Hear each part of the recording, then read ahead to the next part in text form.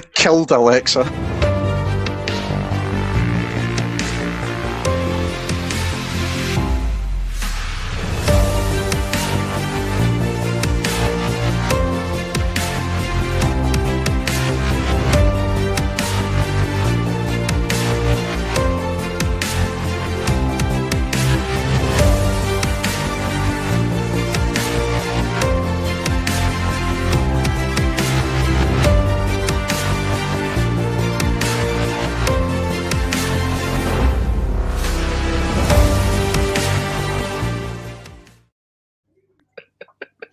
Evening, everyone. Oh, I can't believe we bollocked up the intro again. What? It was live for several seconds before Max got to it, and I'm like, oh no. No, was it? We'll see in 2 hours' time when we have a look. Yeah. Just like, Were we swearing? I thought I'd done that perfectly. No, all I could see. I could just see that Colin when you- fighting with Alexa. I was. Was that Literally the part when punching Alexa you still off. had your pants off, Nathan? Yes, Oh, yeah. God, Oh, they saw everything. They I had saw my it kilt all. on. Oh, Oh, well, we're back Wow. again, aren't we? We're back again. Another absolute Car crash. Car crash, yeah. But Yeah. what? It wouldn't be us if it wasn't a car crash. It'd be some boring influencer or YouTuber that only wants to talk about aquascapes and baddies. Exactly. But Yeah, we, reminds me, like, share, and subscribe, everyone. Like, share, and Hit that subscribe. like button down below. Yeah, do that Wankers. and help boost our ego. Yeah. 'Cause that's we what Christ, don't I need listen it. at all.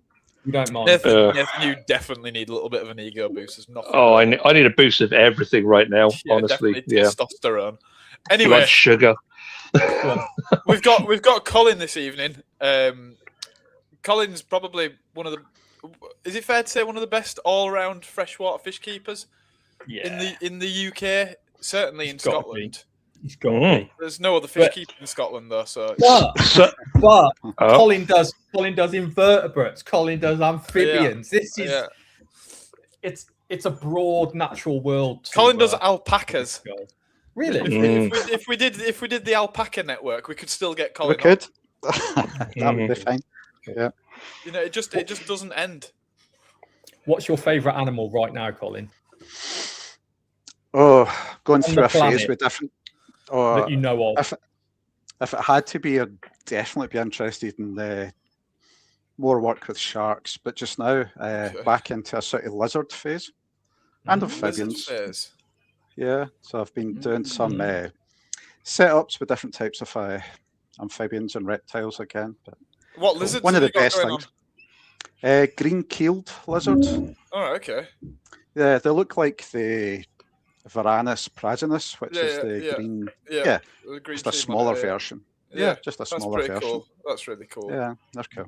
And obviously, you've got your peeper on the go. Your Yep. Suriname Yeah, that- toads, as they call it. Yeah, that was a Um, surprise this morning. We've got a They're picture there. awesome. We've got a picture of them going in froggy style. How cool is that? Yeah. There How they are. cool is that? Go on, just talk. What's the deal here, Colin? What's going on? Yeah, Tell go us on. about this. Yeah, so this group of frogs,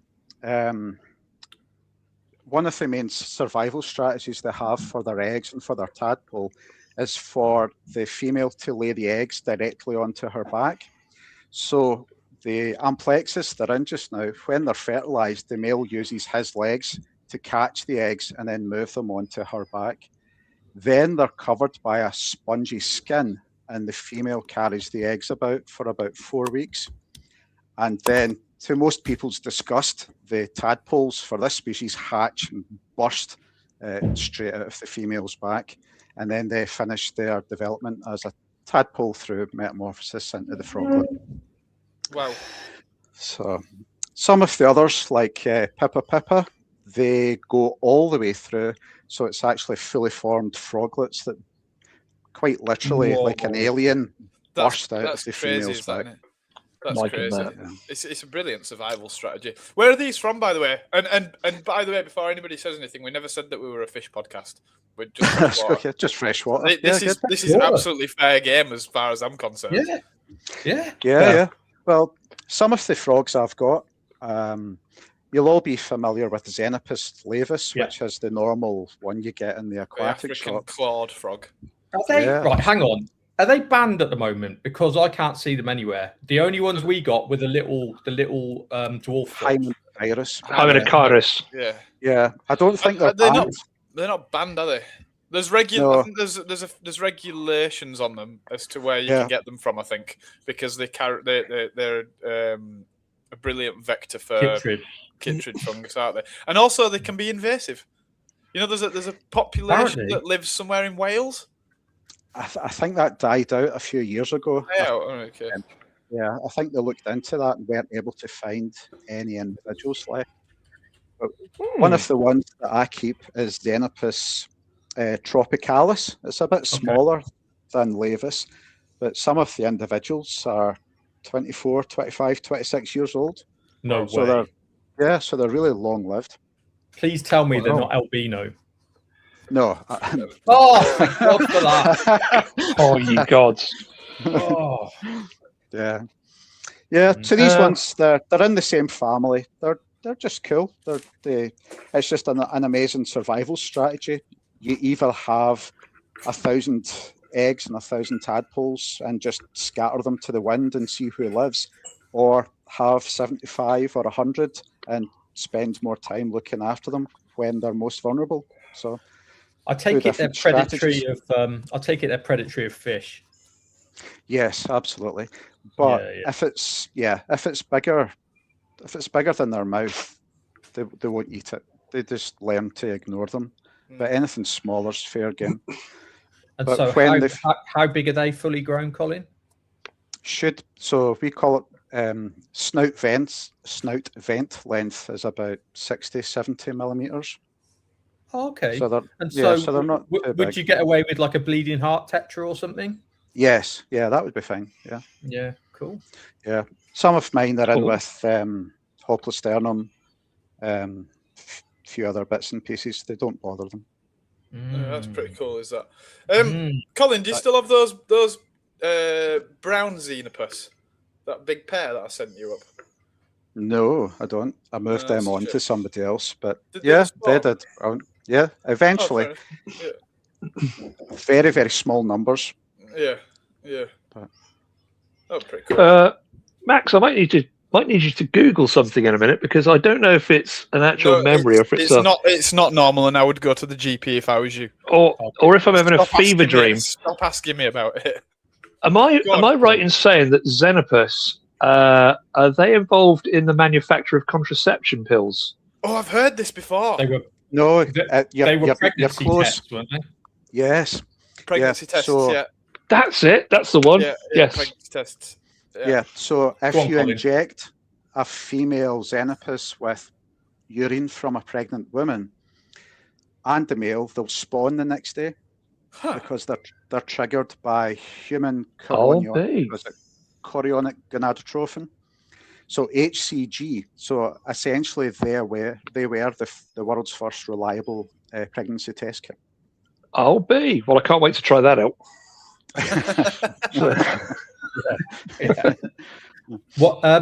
What makes you ask, Nate? No reason. I've just been getting some cravings and a little bit of morning sickness. He's got a horrible project going on in his cellar. Yeah. And he needs a reliable source of Xenopus. 7 legs, would you believe it? So that's interesting. Yeah. Brilliant question from Tim Smith. Who figured out the pea frog connection? We need to check their laptop. Absolutely, we do, Tim. We absolutely we do. To be fair, it could have been one of these old boy fish keepers that would just try anything to get something to spawn. Yeah, true. Exactly. Yeah. Maybe that's the key to getting bleeding hearts to spawn in captivity. Pee in the tank. Yeah, well, quite literally, inject them with piss. Yes. I mean, we haven't tried it yet, so could work. Yeah. Well, we can't rule it out. Absolutely. So, Colin, just tell us about the time you went looking for these in the wild. Round about the 1996 or so, It was the first trip I did abroad to Trinidad, and part of the remit was to try and find Pippa Pippa for a TV documentary, because they wanted to have the whole sequence with the eggs burst, the froglets bursting out the back. The money shot. The money shot, yeah.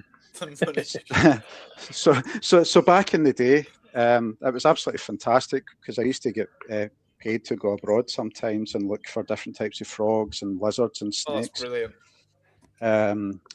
Sometimes the TV crew would come out a couple of weeks later, or sometimes I would have to bring animals back for being filmed in the studio.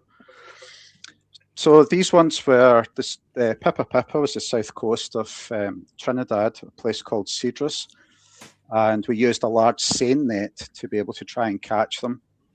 We were catching the original blue acaras. What else? Wow. Erythrinus, hoplias. Yeah. Oh, yeah. Silver hatchets. Goldfish. Bronze corries. Bronze corries, I was going to say it. Yeah, bronze corries. Yeah. Cool. Which hatchets is that? Is that Gastropelicus? The silver Not one? sure. No. It was definitely the silver deep-bodied one. The Gastropelicus levis, I think, isn't it? The big things, aren't they? Yeah. So one of my long-lasting memories from it was actually seeing a pair of blue acaras in the wild with fry, and just realizing how big a territory they actually had to patrol with their fry.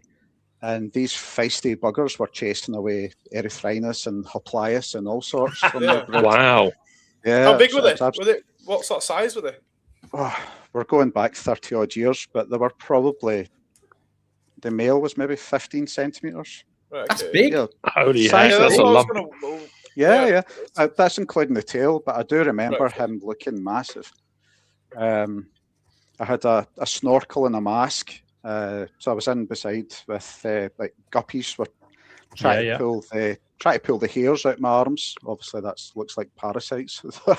They were obviously like little cleaner fish that were interested. So. Yeah.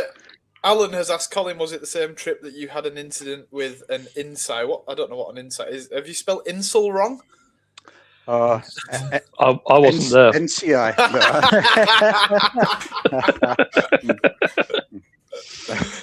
He's going to have that issue this evening. Yeah. NCI is a little tarantula. Right, okay. And we used to, like, on the bankings at the side of the road, you would see the burrows, and you would see all the web round about the burrows. And you could tease them out by getting a blade of grass and just touching the end of the web, and the tarantula would come out and grab hold of the blade of grass. But if you get a fright and you pull the blade of grass, you also pull out the spider, which then runs up your leg and hides in your crotch. So that's so that's they're cute little things. So just to rewind then, Colin. What do you do? What's your background then? How come you got to do that? Is that something you still do? If you could take us back to hobby and profession and that sort of thing. I've reinvented myself a few times. So always had fish, and my dad had fish before me. So unlike Max, Max started about a year ago. So with the farm, that's why he's doing a YouTube channel. We're just going to talk. All I'm going to talk about is let's talk about the 80s, Colin. Pea puffers, Eric Colon, and bloody Scarlet Baddis. Sorry, Colin. Okay. Sorry, Colin. Sorry about so that. It's okay. I've met him. I know. So anyway, animals has always been a major influence in my life. I left school, tried to go to college and university, and it just wasn't for me at the time. So I started working in a mum and dad aquatic shop. Absolutely amazing. Moved from there into working in zoos, because I was interested in amphibians and reptiles as well. And then that's how the thing started with going abroad. So one of the worst things about it, it was a bit feast or famine. So I would do quite well for a month or two, and then I'd be absolutely skint for a month or two. Eventually, when I found out I was going to be a dad, that was when I had to get a real job. And I worked for a few years as a countryside ranger. So that's where I started to learn. Still pretty cool. Yeah. So that's when I started to learn more about native UK wildlife rather than the Americas. I did that for about 8 years, and I was a redundancy because there was cutbacks with local authority, and that's when I went into full-time ecology work. In 2018, I started up my own business, which is based around about ecological surveys for bats, badgers, newts, fish, water voles. You're a hero. So basically any plants, whatever, birds of prey. So that's how I spend my life these days. So the good thing is I still get to splash about in a pond, but these days I get paid for it. So it's absolutely perfect. Like it. Jeremy now. Yeah, so I've been cleaning ponds this week, right? And I went to a pond on Monday, little garden pond, and went with my kind of Owaza pond vac and all the rest of it. And they said, "Oh, careful! There's 2 frogs in there, right?" There was over. Yeah. By the time I got to the bottom, there was over 70 frogs in there. Right? Full of frog spawn. I literally had buckets and buckets of frogs, and I'm trying not to hoover them up, and they're jumping everywhere. Oh, but it was quite amazing. Well, you could have just taken them all and just left 3 frogs. It's just the time. Yeah, it's just the time of year. Yeah. I seen my first frog spawn last week, so they've came out of hibernation. Now's the time. Yeah. Colin, I have another question for you just before we move on. So there's a video somewhere on the internet of archerfish. I can't even speak. Archerfish shooting bugs off branches that may or may not have come from you. That's the one. Yeah. And I think probably, I imagine the vast majority of the people, all 7 of the people watching this, will have probably seen that video at some point or another and not realised it came from you. So is this did you do like BBC stuff then? Yes. For the BBC? Okay. So I've watched like every BBC like wildlife programme ever. So I've probably seen it. Yeah. So this was a series. Sorry. Yeah. So you'd have set up some of these kind of, for slow-mo and for close-ups and that sort of thing. It's one of the reasons I'm banned from watching documentaries in my house. Yeah. Like when the camera zooms in to a tree frog, my hands are here to catch it, put it back, catch it, put it back, catch it, put it back. Yeah, so I'm banned from watching documentaries, but as my wife says, this isn't meant for people like you. But, tell us about the archfish, because there's a bit of an interesting twist on it, isn't there, with what they're actually eating? Yeah, there is. This happened a few times. So this was BBC Weird Nature. It was a BBC Bristol John Downer Productions programme. So they asked me to set up displays and find animals for 2 or 3 different projects. One of them you've probably seen before. It was the decorator crab covered in tinsel and Christmas decorations. The one with the archer fish, they set it up as if it was a guy fishing. So he's fishing at night time and he's smoking a cigarette. And what they thought was going to be hilarious was the fact that the archer fish would target his cigarette and put his cigarette out.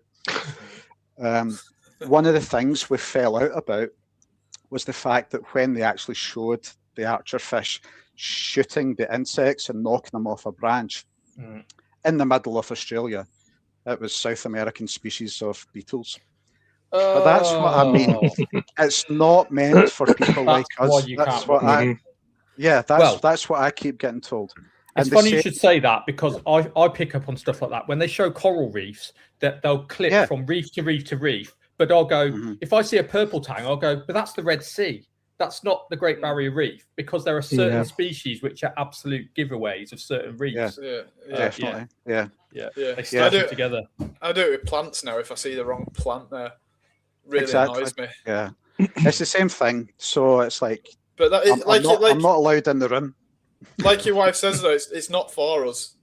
You know, we just have to accept that it's inspiring and it's good for nature in a way. But I used to always ask, why do you need to bring in this level of drama? You can't just have a baby turtle hatch out of an egg and find its way to the sea.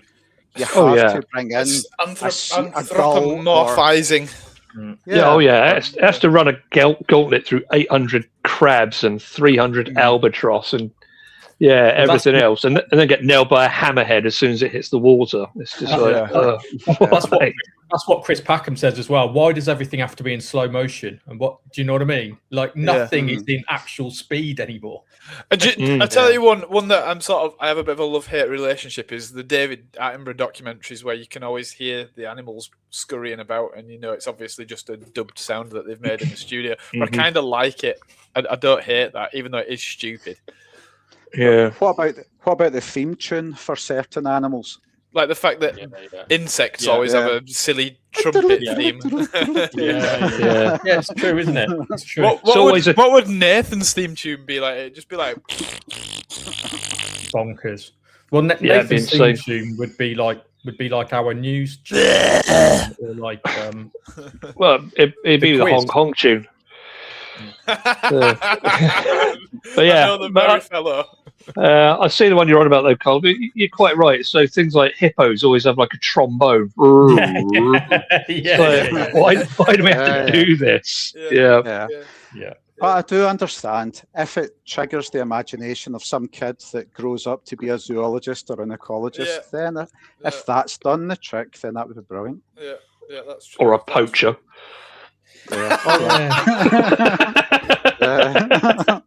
Saw a great documentary on lions when I was a kid. That's why I've got this elephant gun.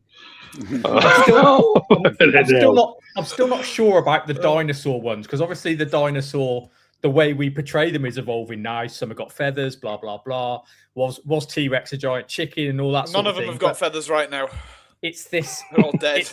It's this kind of herding thing that gets me, because modern reptiles don't herd, but they always herd the prey species. If I may interject, what you've got to remember is that dinosaurs are not like modern reptiles. They're probably they're just not closer at all. To birds.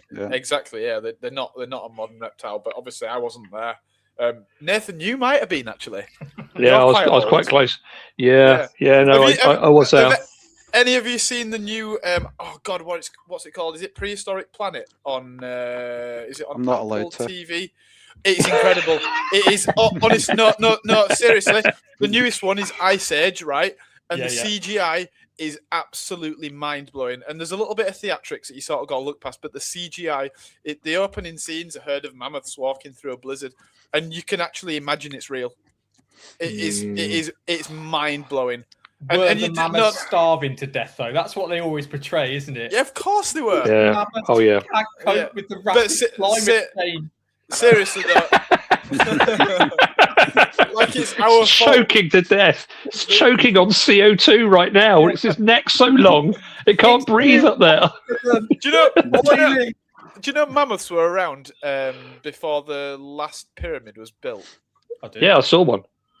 They used to ride them. We used to farm them. That was my old job. That's why they're all extinct now. I did not have a clue what I was doing. They kept interbreeding. We ended up with Max's family. Oh, great. Great. Brilliant. But seriously, if anybody's seen that that documentary, it's been going on for a few years, but the most recent season came back. It came out at the beginning of this year or the back end of last year. It's honestly, it's incredible. I think it's on Apple TV. What the hell are we talking about? Why are we talking about dinosaurs? Yeah, can we do news? Are we going to jump into news? Oh, God, that's my bit. Hang on. Wait a minute. Oh, right, hold on. We've got a little jingle first. Bear with. Just. Where's amazing? The newly discovered 12mm long fish makes a noise as loud as a pneumatic drill. Marine researchers were out looking for sharks the other day off the Canary Islands. A massive halibut fish weighing over 200 kilograms. Why are you called fish? You teach him to fish. You give him no. Fish news. Always reminds me of Heiko Blair, that last bit. There you go.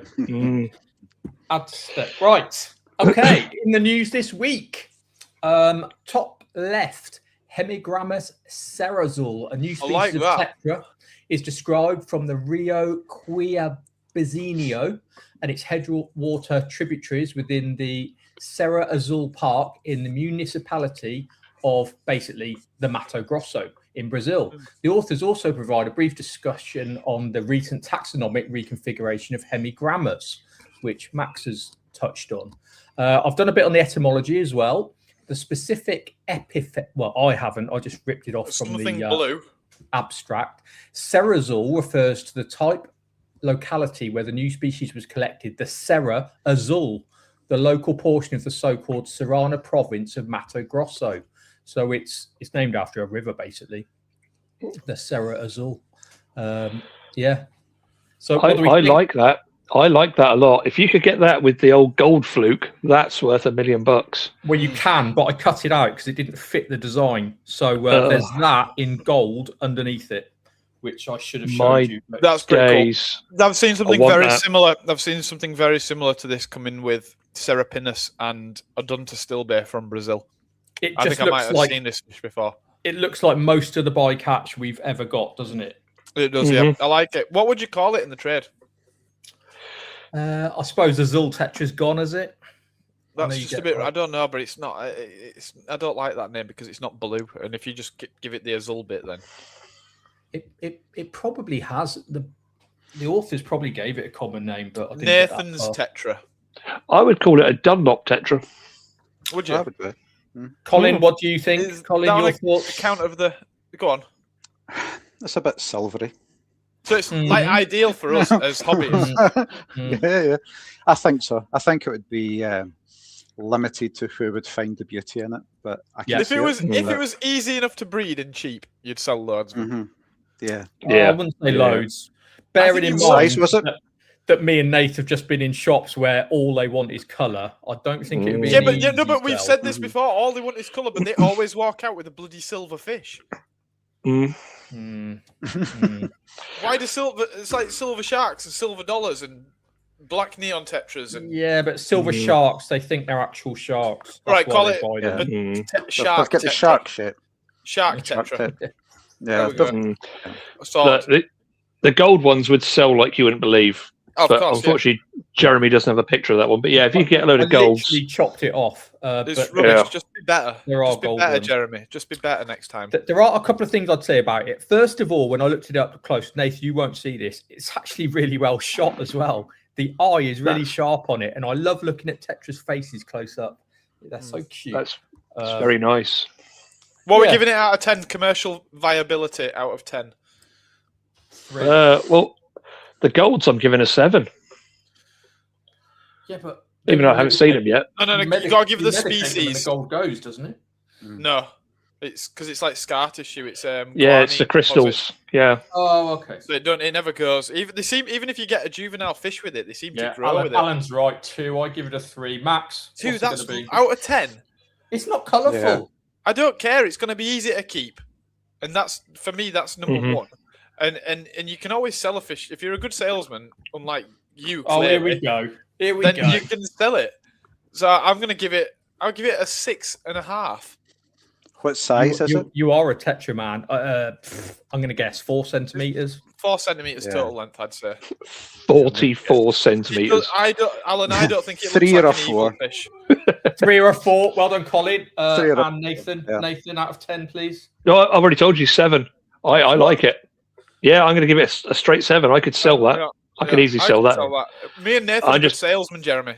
I'm just going to tell him I'll tell him it's hardy. Yeah, no, you've killed everything else. This is really hardy. And I'll tell you something else. it can probably deal with cooler temperatures given its range. Mm. So it can probably make a decent temperate fish. Max, do you want to tell us about Hemigrammus a little bit? You They alluded to it the other day. Yeah. So Hemigrammus are tetras.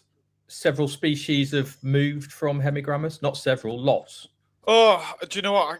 Honestly, I struggle to keep up. It is mental. Rummy nose aren't Hemigrammus anymore, are they? No, none of the rummy nose are Hemigrammus. They're all Petitella now. Petitellas, yeah. Petitella rhodostomus, Petitella blaheri, and Petitella georgiae. And then there's a few previous Munchausia that are now in Hemigrammus. Whoa. Yeah. Did any Hemigrammus move out into Munchausia? I don't think so, no, because Munchausia got split down into a 4 or 5 genre. Because I think you've now got like Munchausia. Is it Oleota, Barrio? Something else? No. I can't. It's Barrio, isn't it? It got split down a few times. Bear with me now. Give me 1 second. Let me pull up my friend Eshmea's catalogue. No. Yes. I know the red eyes are Barrio now, aren't they? So Sancta Philomene and yes, they're not Munchausia anymore. What? Yeah. Oh yeah, it is a minefield. Like I'm sorry, Jez. I can't. It hurt me too. I can't relearn. I'm too old. I'm too just old to relearn this. Just say Tetragonopterus. Oh yeah. I like them. Don't say they're in Hemigrammus. So yeah, Oligolepis is Barrio. Agnes is still Munchausia. Let's have a look what else we've got. Not fair. Glow lights. Is fair. Glow lights. They're still Hemigrammus. Erythrozona, is it? Yeah. Gosh, there's a hell of a lot of Munchausia. Or was a hell of a lot of Munchausia. I used to know the Bench Atlas cover to cover. Nathan probably did as well because we used to use it for Axelrod. I knew Axelrod inside and out. Yeah, everything in there. Bench Atlas. All right, so do you know Coletii? Yeah. That's Hemigrammus now. Oh. Okay, well that you can understand. It's as is Copi. Yeah, okay, I'll take that. Okay. Yeah, Cosmops went into Barrio. Okay. Okay, I kind of get it because Cosmops looks a bit like a red eye. Yeah, Costa is still Munchausia. And love new and updated Burgess Bench Atlases. So would I, Chris. And have you seen the price if you try and get a Bench Atlas 1 to 5 now? Because they're out of print, they're like £100 or something. I've got an obscene one here. You'll love this, Jez, if I can find it. Go on. Let me just find it. Oh, I'll tell you what. I think Colin will like this one as well. This is a classic. Can you see that one on the screen? Yes. Yeah. Oh, I've got about 12. I don't have that one. Oh. You haven't got this? No. I was given this. I was actually given this by someone who didn't believe in evolution. And they didn't understand. Yes, they seriously didn't understand the book. Yeah. Oh my religious. God. Yeah. Do you know? Go on, what genus do you think the diamond tetra belongs to? Well, it used to be Munchausia. So I'm gonna go Hemigrammus. Nope. No, Meglanthidus. Nope. No. Balls. I think this might be monotypic. Go on. Macunaima. Never heard of it. Macunaima pitieri. Wow. That's something. Okay. And you got Solidodon as well now, haven't you? Should we just end the stream now because my head's blown? Okay, right. Moving this is worse than Corridorus. Yeah, exactly. It's far worse. It's far worse. Yeah, Corridorus is easy. Like, look who does it. Doesn't take a genius. Yeah. Okay, where is he, by the way? Anyway, I've not seen him tonight. Moving on. Like that 'cause he's not here. Moving on. This time we've got to go bottom right. A Rhinoglanis relictus, a new species and genus of specialized scale-eating Candiru catfish, is described from west of the Andes, from the upper Cauca river drainage in Colombia, at 26.4 mils. So that little bad boy is only an inch long. The new genus and species is also the first miniature Stigophiliinae. A what now? So stigophile. Rhinoglarnis, sorry, from the Greek rhinos, meaning snout, and glarnis, catfish, in allusion to the missing bony dorsal lamina of the mesethmoid, distinguishing the genus from all other Trichomictridae. What do we think? It's a bloodsucker. Well, it's a scale. It's not a bloodsucker. A lepidophage. Yeah. Well, and I can harken back to stigophile because that was one of the things that came up in Max's quiz. Remember? I've still not remembered it. Stigophile. A stigophile is something that likes caves, but doesn't live in them. It likes the dark. So it will go in and out of caves. They're generally found quite near the entrances. So they'll go in for periods and come out for periods. So yeah. All right. Okay. So do we need to dwell on this one anymore? Because I don't think we do, because it's not an aquarium fish. It never will be. Well, let's give it a mark out of 10. It eats scales. It likes the darkness. It's tiny. And its eyes look creepy. So I'm going to give it a 1. Solid 9 from me. I love it. I'm giving it a 0. Yeah, 0.1. Oh, yeah. 0 and 0.1. Me and Colin are in pretty close alignment on this. Can it be a 0? It still exists. Commercial potential, though. No. Commercial but potential. There's somebody out there is going to be stupid and try and buy it, so you've got to give it a 1. Do you think they're drip feeding us cave species as they find them to keep cave populations and the conservation of caves in the public eye? Do you think that's something that's going on? Because they really are dripping out, aren't they? That or poor old Fish in the News is fed up with us ripping off his news and just taking it for ourselves. And he's just giving us like dead herrings, literally. Just to talk about. I mean, made up. Yes, completely made up. Completely made up. Well, everything's made up, really. Yeah, I'm sorry, Mr. O. We are ripping you off. Yeah, that's our fault. It's just a habitat. It's a habitat that hasn't been really covered before, and it's probably relatively easy to find a new species if you're happy to go in a cave. Maybe people have just got more flashlights these days. Maybe more people are just falling down manhole covers, just finding it while they're down there. Lassie retired. Yeah. So she can't pull people out. Little Timmy's discovering fish down the well. I think you're right, Colin, because there's definite trends with where these fish are coming from. We talked about it last week or the week before. Mato Grosso in Brazil, China, and India, and it's just like, And speaking of which, here we go. We move top right. Formosania tangai, a new species of gastromyzontid loach, is That's gastromyzontid? Yes. Wow. Okay. Jiang River, southeastern China. For decades, populations of this loach from the Jiang River in Fujian province, China, have been identified as Formosania fascicorda, a species originally described from a separate coastal drainage. Species name honors Wen Kuo Tang, a senior Chinese ichthyologist, and is derived from the Latinized Chinese spelling of his family name in recognition of his contributions to the field. So here we have Latinized Chinese English. Brilliant. Brilliant. As its common name. Yeah. I wonder how they spell it in Chinese. Like if they were to take that and then spell it in Chinese. I've got it here, but I can't read it out. It's Wen Kiao Ying Ku Qiu. Okay, you just offended so many Chinese people. Oh no. Rude. So rude. Mark Duffel straight on it. Cracking little loach, says Mark.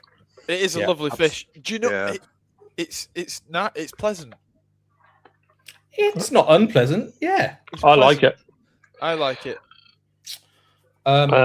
Something I didn't show you was it's from a really small hill stream, which kind of worries me because it's just going to get like channelized and redirected through a city, and it's just like the whole thing's like a meter wide by like 3 inches deep. You know what I mean? It's just like not good.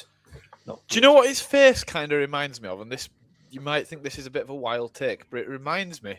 Like the pattern and the whole setup looks a bit like Scleromistax barbatus. The face. Yeah. Yes, it does. It does. Yeah, I can go with that. Yeah. Interesting. Yeah. I imagine it's not quite as rheophilic as other gastromyzontids. Oh, I don't know. It's not as flat, is it? It's not as flat. It's high. It's chunkier bodied, and it's got a long snout that looks like it's built for digging.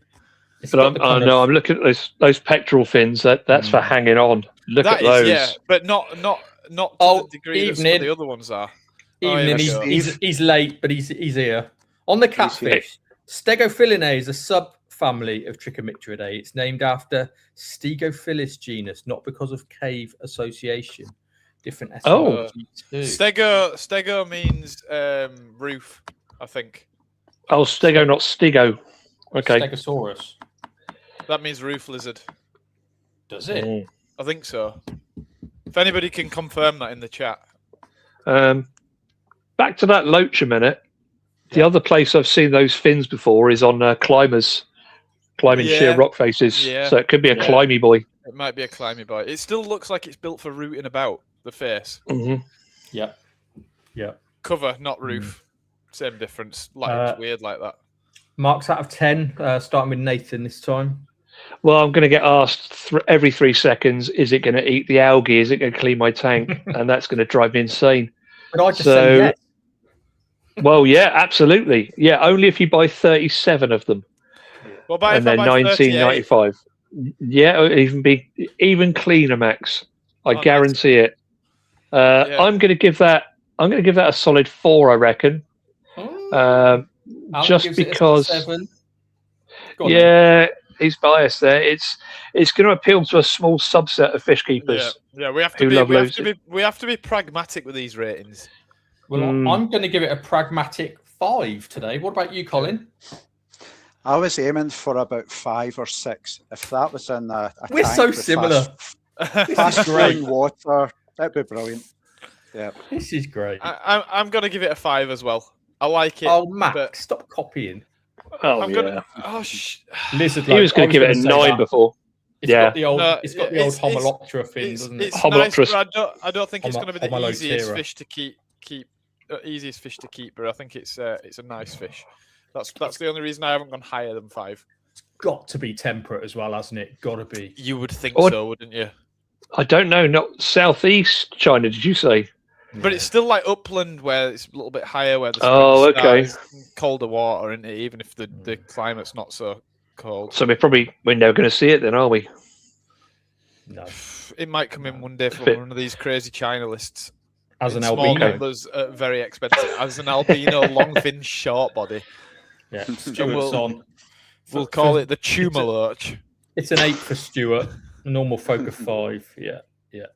That's very pragmatic. Okay, moving on. This isn't. I did this one for you, Max. So bottom left. Thank you. I really appreciate that. We got discaracins because I know you like discaracins. I do like discaracins. Yeah.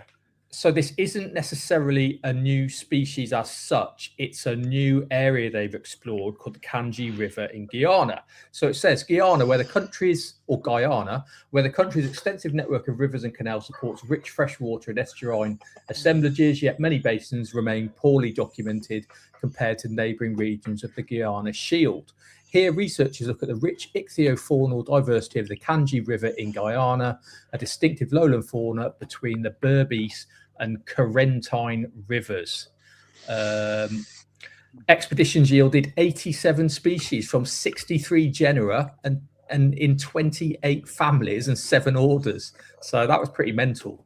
So that's 87 new species were found from 92 sites in the Kanji River. That's pretty cool. That's pretty cool, isn't it? Yeah. And check out those discaracins. We've got Myloplus, Ceraselmus, Pygopristis, Cataprion, and Matinis. I mean, I like discaracins. It's a melting pot for discaracins. What's your thoughts on Jeremy? What's your thoughts on discaracins? I love them. Do you like them? Good. I like them. I like them. I really like Pygopristis denticulata. That's a rubbish photo. I will say they're much prettier. I will say something though. Is the rubripinis definitely rubripinis? Because it hasn't got a red fin, so I'd say no. Well, this is the thing. Rubripinis might be a few species. So I had some. I grew some on for a bit. I got a few little ones, like 50 pence piece size. Yeah, I got them. No word of a lie. In 18 months, I got them to maybe obviously you can't see, but about that total length. from a 50p size to that. They grew like you could see them growing. You could hear them growing. You could hear the body stretching while you fed them. Like they grew so quick, it was scary. And they're so active and shy. So I had them in a 7-foot tank, and I was like, this isn't fair. So I ended up taking them over to Pete Liptrot at Bolton Aquarium because he has some geriatric rubripinis. And they're older than me, which don't take a lot of doing. But seriously, I think they're 28. So let me go on a little tangent really quickly. If you ever go down to Bolton Aquarium, it's a brilliant place to visit. But what you'll notice is a lot of the fish look old, and this is like Pete is almost a victim of his own success as a fish keeper because he can keep fish alive so well and do so well with fish that they get old. And then they look a bit crap because they're so old. And you go and you sort of think, these fish, like, they don't look great. And then you look and you go, oh, my God, that silver dollar is 29 years old. Yeah. And still doing well. It's a little bit tight. Anyway, so I took these 4 rubripinis down, and within a few days, he messaged me and said, these are nothing like mine. I don't think they're rubripinis. So he's wondering if a lot of the ones in the trade, Asterias, I think it is, Myloplus Asterias, which makes me wonder how many of the ones that we see in the wild are rubripinis. Or maybe that's the real one and it isn't even a redfish.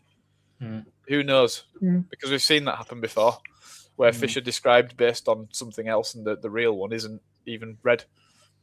But yeah, regardless, cool fish, really cool fish. Do we all have a favourite disc Harrison? Yeah. Go on. Who? Well, if we're including piranha, I'm going to go for the wimple, the cataprion. Oh, Mentos, yes. Mentos. Lovely fish. Yeah, that's a cool fish, little lepidophage. That's a really specialised lepidophage as well. But that's what I think this one is down the bottom. Oh, I think look at the shape of its body. It looks like it's built for grabbing a fin and running. I'm going to go with... Oh, go on. They swim amongst them, don't they? They swim amongst vegetarian disc harrisons. Yeah, and probably I imagine probably predatory ones as well. Yeah. What's to stop them? I'm going to go with Mylea satiga. Oh yeah, they're lovely. They are beautiful. When they colour up about half an hour after a water change, they're just stunning fish. The males go black underneath with like these bits of red. They're absolutely stunning fish. Tiger, really are stunning fish. But I also have a soft spot for maculatus, little Martinis maculatus. Well, because go on.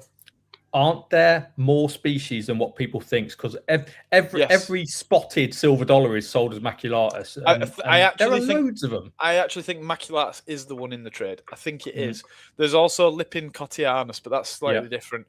But the ones I've got, I think they're maculatus. The brilliant thing is they're a really small fish. They are not a big fish at all. You know, they're maxing out like with all the food you can throw at them and the best water quality. They're barely getting past 7 or 8 centimeters. They're barely bigger than a bleeding heart tetra. Ceraselmus jerryi. Now that is a that is a what a fish. Of a piranha. Is that the one with the stripe? I don't know. Which is it? Yes, the one with the jerryi is the one with the line down the head. Yeah. Oh no, sorry. I was thinking of Manueli. I was going to say Manueli, the big jaw. Yeah, massive. Big underslug. Which is the yellow one? Is that Sanchezai? Don't know. Colin, have you got a favourite? I need to let the team down. I've never kept a species. What? Have you get him off? A silver dollar? Have you never kept a dollar? Bye. See ya. You've never kept a brachycalcinus? That's not really a disc harrison. It kind of is. No. I think when I worked in zoos, we had the usual red belly piranha display. Yeah, No, that doesn't count. But have you got a favourite one to look at? Bottom left. Bottom left.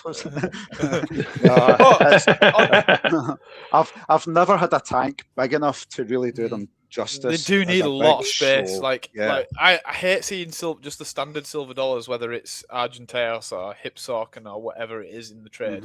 I hate seeing them sold so willy nilly because they need like 8 foot of water. Oh, yeah, exactly. Is it the Mylopus species? Richard Hardwick's got some as well. The ones that get to almost kind of small pacu size. This is what I was going to say. He's got the Peruvian Schomburgkii, which isn't Schomburgkii now. I think it's is it Sauron? I think it's Mylopus Sauron. But there's a couple. They get really big.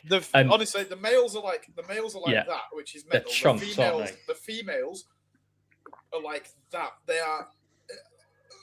It's mind blowing. They are pacu size. They absolutely are. It's one of those fish, though. Even in a public aquarium, they use every inch of length of whatever tank they're in. Yeah, I'm just gonna Google. They do laps of the tank. They're super active, which kind of worries me a little bit. Yeah, they've never appealed to me, partly because of that reason. Because you need to have a big tank or a donut-shaped tank, perhaps. Race whales. Yeah, I agree. Yeah. I'm just having a look. There's which one is it now? I believe it's a real chunk, but I really like them. Mylopus. Is it Mylopus? They are the ultimate dither fish. I think it's Mylopus Island, the big one, not Sauron. Okay. Where is? Ooh. Yeah. Anyway, either way, big fish. Okay, moving on. Wait. Have we got any more news? Kind of, yes. That's what I'm moving on to. I've got one thing to add at the end of it. So. Okay. Let's see if I can do this. Right. I thought I'd give this a special mention because this came up on Fish in the News, and I've never seen this fish before. Nematogenis inermis, and it's from the Pacific side of the Andes, basically. So completely different, the other side of the Andes. Critically endangered mountain catfish, Nematogenis inermis, a living fossil among Laricarioidea catfish, one of the largest native fish in the Pacific draining Andean River basin. Who else is in that family? Sorry to interject. Endemic to Chile and the sole extant representative of Nematogeniidae. It was formerly considered locally extinct in the Maipo River basin. Here, researchers report an unusually large specimen, 45 centimeters long, captured in an atypical environment for adults, a small, shallow, isolated stream, separated from one of the most degraded river systems in Chile. I've never seen that fish before. Is it it's not a pimelodid, is it? Nope. So who else is in that? Like, also, that's some pretty fascinating etymology going on there. Nematogenus. Nematode meaning thread-like. Genus meaning to create, and then inermis means without armor, I think. Something silly like that. Okay. It's almost reminding me of one of the chaka species. Yeah. It's got that. Let's find out more about this geezer. Yeah. It's a lurker, isn't it? That thing sits there. I mean, can you see how small that stream is that they found it? It's sat there, right? But then it made me think, the other side of the Andes, what's it eating? Are we talking salmonids? You know, why is such a big predator? And that sort of thing. Yeah, why is it sat in that tiny stream? Why is its mouth so big? That's not eating minnows. That's going to be eating big prey, I think. Well, it could be trout-like species, salmonids. It's Nematogeniidae is the whole thing. I'm loving it. It's a whole thing. It's as far as I can tell, it's closer related to L numbers than it is to pimelodids. Steve Grant can confirm that. It's in the Loricarioidea suborder, which contains Trichomictridae, Nematogeniidae, Calyctidae, Scoloplacidae, Astroblepidae, and Loricaridae. Wow. Okay. No pimelodids in there. They're in a different suborder entirely. That's incredible. Yeah, it is, isn't it? Yeah. A bit of convergent evolution going on. It's just some weirdo that's there. Yeah. It's got that classic pim/bagrid predatory head, doesn't it? It's got that, really wide, almost like what's those catfish they noodle for in North America? Is it bullheads? Is it? Yeah. Not Dolores. Looks like something you'd put your hand in its mouth. Yeah. How big do you think it is? Well, that one was 18-inch, 45 centimeters. Yeah, it says they generally grow to 40 centimeters. It does look like it might be. I'm just looking at a side view. It even has a tail similar to the electric catfish. It does look like it has an eel-like tail, doesn't it? Yeah, it's not wow. It's not like a fork tail. It's more of a paddle tail. I did have a side picture, and I chopped that off to make it fit as well. Great, So, you've failed again. But it's from the head down. It looks very brachyplatystoma with the wide set square head. Yeah, and obviously that it's got eyes. Yeah. Does the tail look like Neosaurus or Pandanus? No, it's more like I would say it's more like a weatherloach's tail. Oh, like a stub, a little rounded, like a little paddle. Hold on, I've got a diagram here on Wikipedia. Go on. Well, that's the one. Yeah, it's weird. Okay. So it's not a sprinter then. It's a golfer, isn't it? It's an engulfer. Yeah. I think that's why I thought it looked like a chaka. Alan has the proper ID. It's a red-tailed Wales hybrid. Yeah. You know what it might be? It might be AI. It's probably AI. It's not colourful enough, Max. True. Well, you say that, but we've got a picture of Colin's speciality fish that we'll show in a minute. That's AI. It might not be AI. Hang on a minute. One extant species only, looks very much like a loach from the side. Okay. He copied me when I said that. Copies everything I said as Steve Grant. There we go. Fascinating. So that's me done for news. Nath? Oh, yeah, just a final thought, and it's on goldfish for this year. Expect them to get pricey as hell. Obviously, we've got Israel's out of the equation because there's nothing going on there. And there's a 10% surcharge on Thai stuff. So, yeah, it's going to be a bit of a scramble for goldfish this year, I'm afraid. Yeah. And I'm expecting to see demand outstrip supply quite quickly. So, yeah, if you're trying to sell goldies, get them while you can. That's quite a big deal, actually, Nate. So there are no flights from Israel. So some koi dealers exclusively deal in Israeli koi, and the season is upon us, and they're going to have no fish. Yeah, they're going to be scrabbing over the Japanese stuff. You know what they say? You know what they say about eggs? Go on, Colin. No, I want to hear the punchline. What was it? No, Matt? I'm just saying. You know what they say about eggs? Don't put them all in one basket. Yeah, that's true. But last week was the first time for years I've seen a Japanese koi list doing the rounds, and that's exactly why. I heard from some friends with a shop that some of the box charges are almost double since January. So even for your run-of-the-mill fish, it's going to get much more expensive just for the freight charges. Well, unfortunately, it's fuel again, isn't it? It's fuel. I mean, fuel.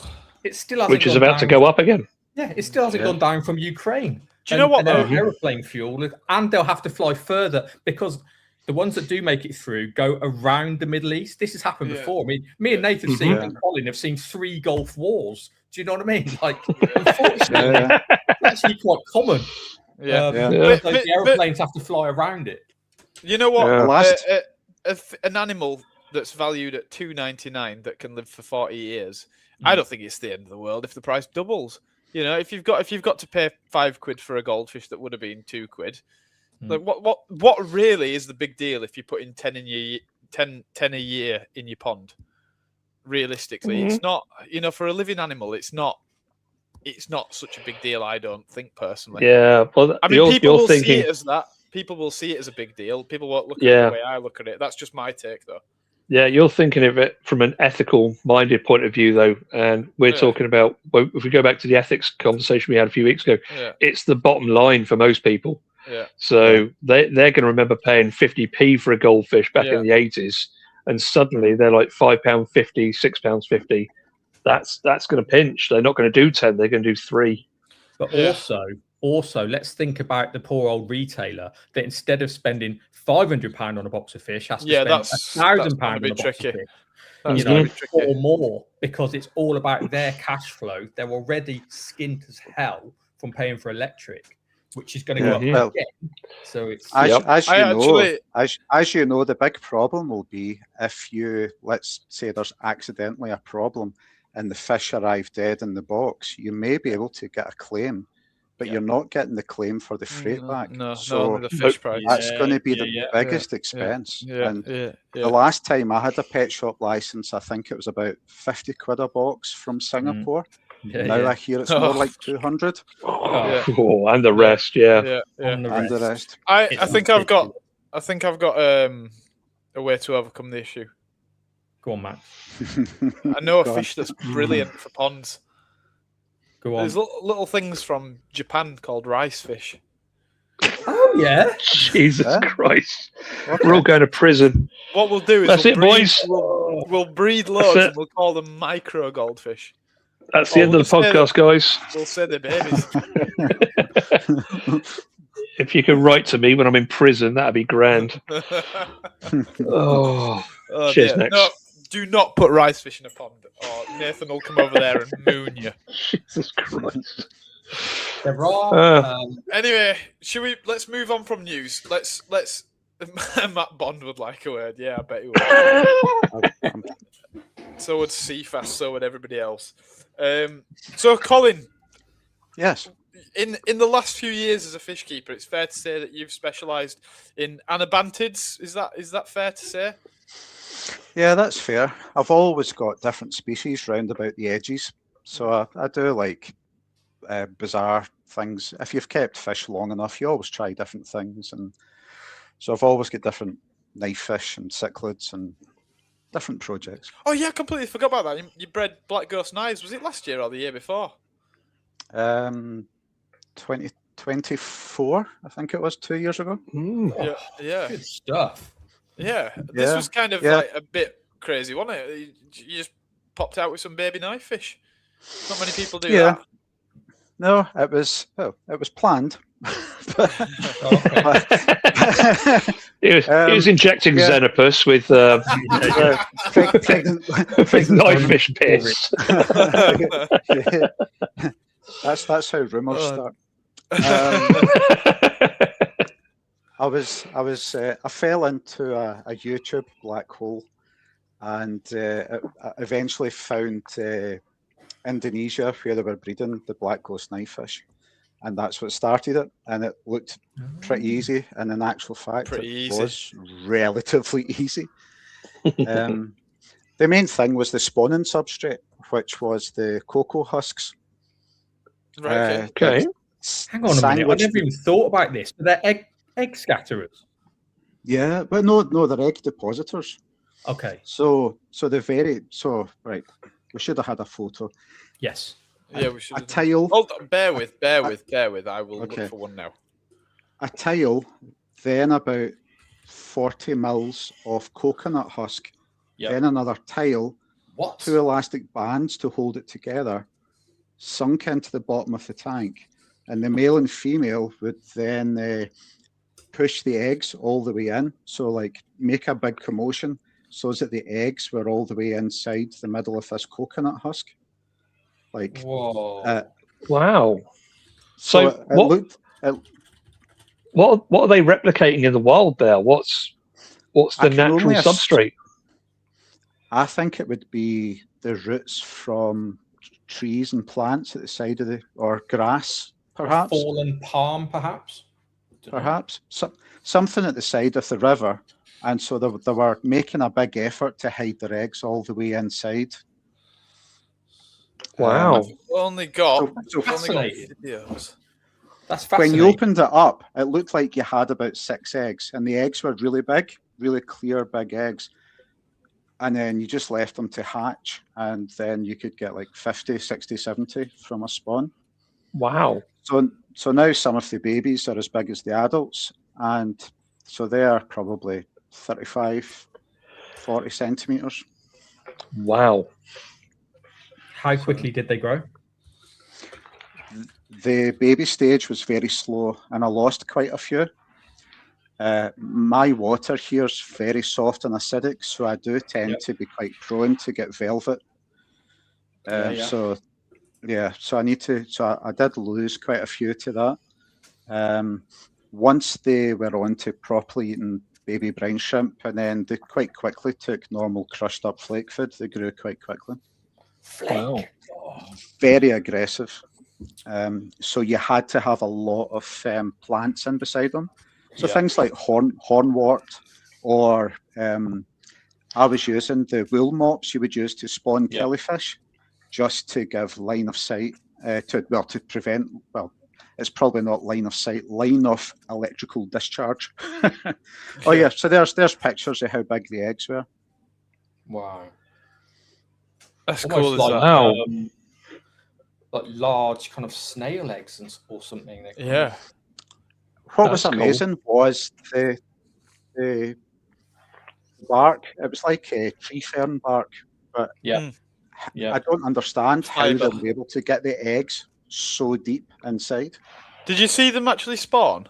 Did you? No. Do you think they have some sort of? Do you think they have some sort of ovipositor? No idea. But that would probably make sense. But with all cichlids or similar species with an ovipositor, you normally see it before or after spawning. Whereas there was no sign with these. But they were very easy to sex. Were they born black? Alan's asking.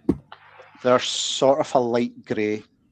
Right. There's I've got videos and photographs on my fish hut Facebook page, but I don't know if you can find it, Max. But there's little videos of them. I've just tried to get one of the videos on. If you bear with me, let me see if I can actually nick one of those videos and get it up.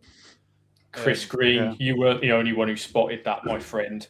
Old Elgard sponge filter, Biofoam 45. What do you think I'm running on that tank behind that marine tank? Oh, hell yes. Very good. I've got a Biofoam 200, and it's got the original packaging. Do you know? Can you connect it to the Wi-Fi? Thankfully not, Max. Do you know? See if you look at that picture. See that's one of the ceramic discs that comes with a leaded, like a plant. Do you know how you get the? Oh yeah, plants that have this. Yeah. So that's how old that sucker is. That I had to weigh it down with one of them and a bit of lead weight just to make sure. But yeah, those suckers are knackered, aren't they? They're rock hard. Yeah, but some of my filters and fish tanks must be 20 odd years old, and some perhaps, but they still work. Good, love that. I'm not going to be able to. If I had a bit more time, I'd be able to, Colin, but I'm not going to be able to get the video up. Yeah, no problem. That's okay. But if you do get a chance to join the group on Facebook, the Fish Hut, have a look because it is fascinating. Nathan, say meatballs. Meatballs, Nathan. Meatballs. That's actually what I needed to say as well. I knew it. Yes. So predictable. Is that a safe word? It is actually. Emma's currently under Nathan's desk. I'm just going to go and deflate her a minute. Bear with me. Where were we? Should we talk about Channa? Yes, go for it. Yeah. Channa. Well, can I start with this? So tell me about the licensing with Channa in Scotland. Yeah. Because it differs to the UK, to England. Sorry. It does. When the Scottish government started around about 1999, a lot of the laws from the UK were devolved to Scotland, and some of them were altered slightly, and this was one of them, which was altered a wee bit. So as it stands just now, we have a banned list, and I have listened to some of your previous podcasts, like with Dr. Bond, etc. I used to fight against this because I thought it was really unfair, because why should I have to apply for a license to keep Channa, yet I could go across the border, buy one and bring them home? Yeah. Or I could also argue there'd be much more chance that they would survive on the south coast of England compared to central Scotland. Yeah. Mm-hmm.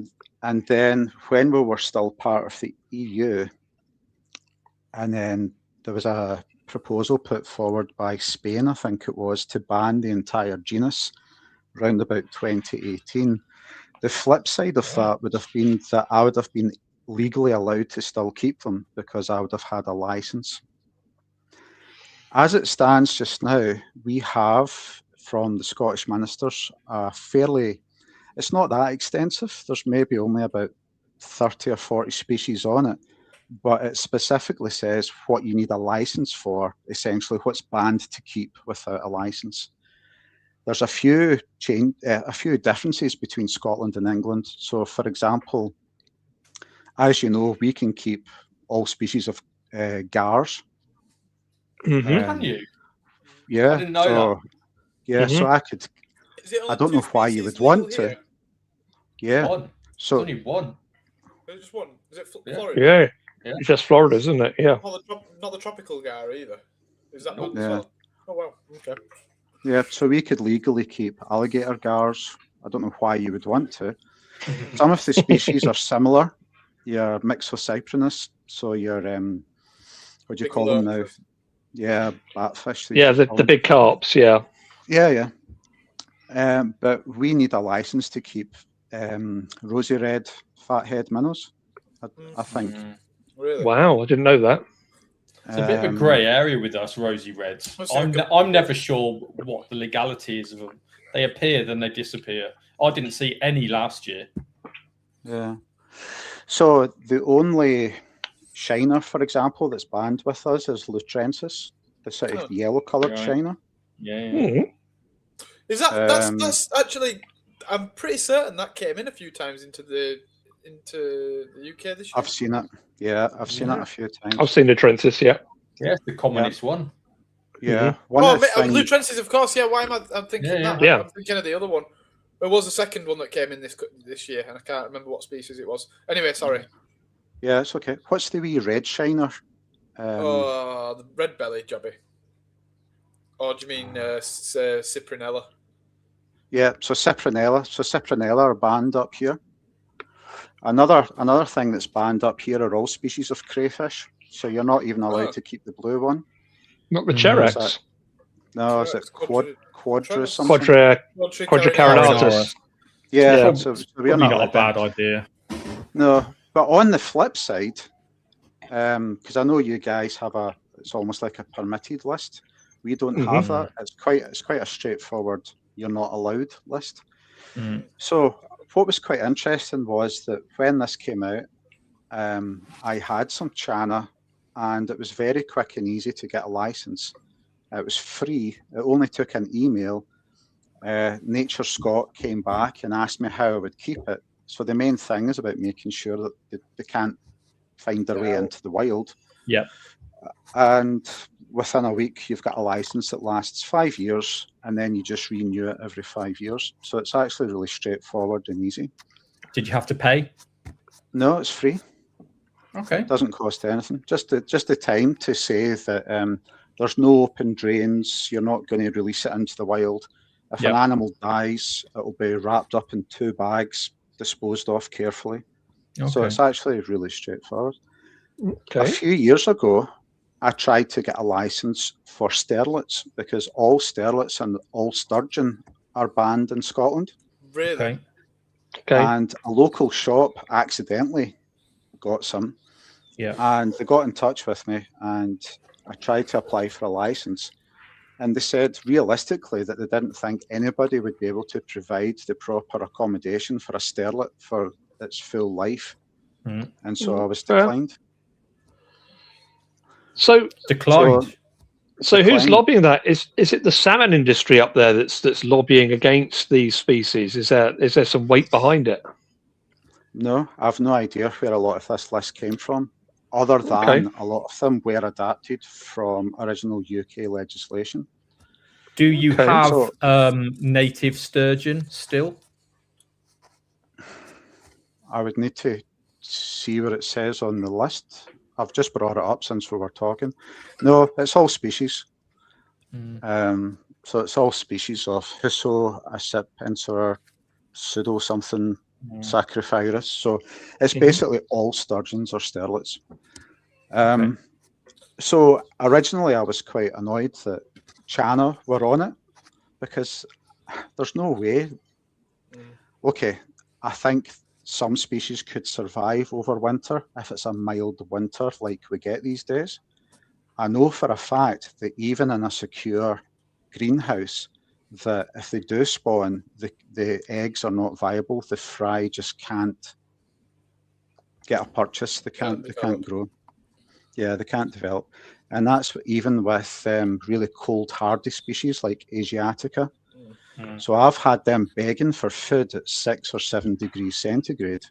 Wow. And they can survive outside in a very secure greenhouse. But they've spawned many times. But the problem is that the daytime temperature of the pond is maybe 17, 18, 19 centigrade, which is enough for them to spawn.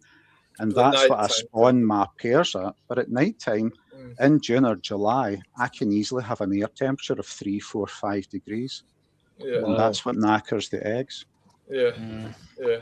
And because of the survey work I do with bats, I have to be very specific about when I survey for them, or my results will not be accepted. So I have to have above 8 degrees centigrade, really, to put in for a bat license. And I'm very aware of nighttime temperatures, and I know that it drops. If there's a clear sky here, middle of summer, it can still be close to freezing. So, Colin, Channa Argus is banned in the UK. Full stop. You can't get. Could you keep Channa Argus with a license in Scotland? No, it's the only one that's listed. Yeah, wait till I find it. And that possibly could get a foothold, given it's found in Russia. Found in Russia, northern China, and it's also been naturalized into Poland and places like that. Really? Yeah, I was going to say Eastern Europe. Did not know that. Yeah. So basically, my license says that I'm licensed to have any species of Channa brackets except Argus. Okay. Huh. That's cool. So for the most part, I actually now quite like the list. So I have species of fish which technically would be illegal if I went 100 miles further south.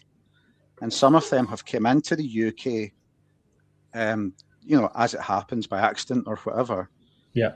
And it's like, well, they're not on my list, so I can keep them. So that's like species of catfish, like Neo-Arius.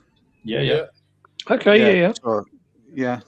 And what's the chances of them ever being able to breed outside? Yeah.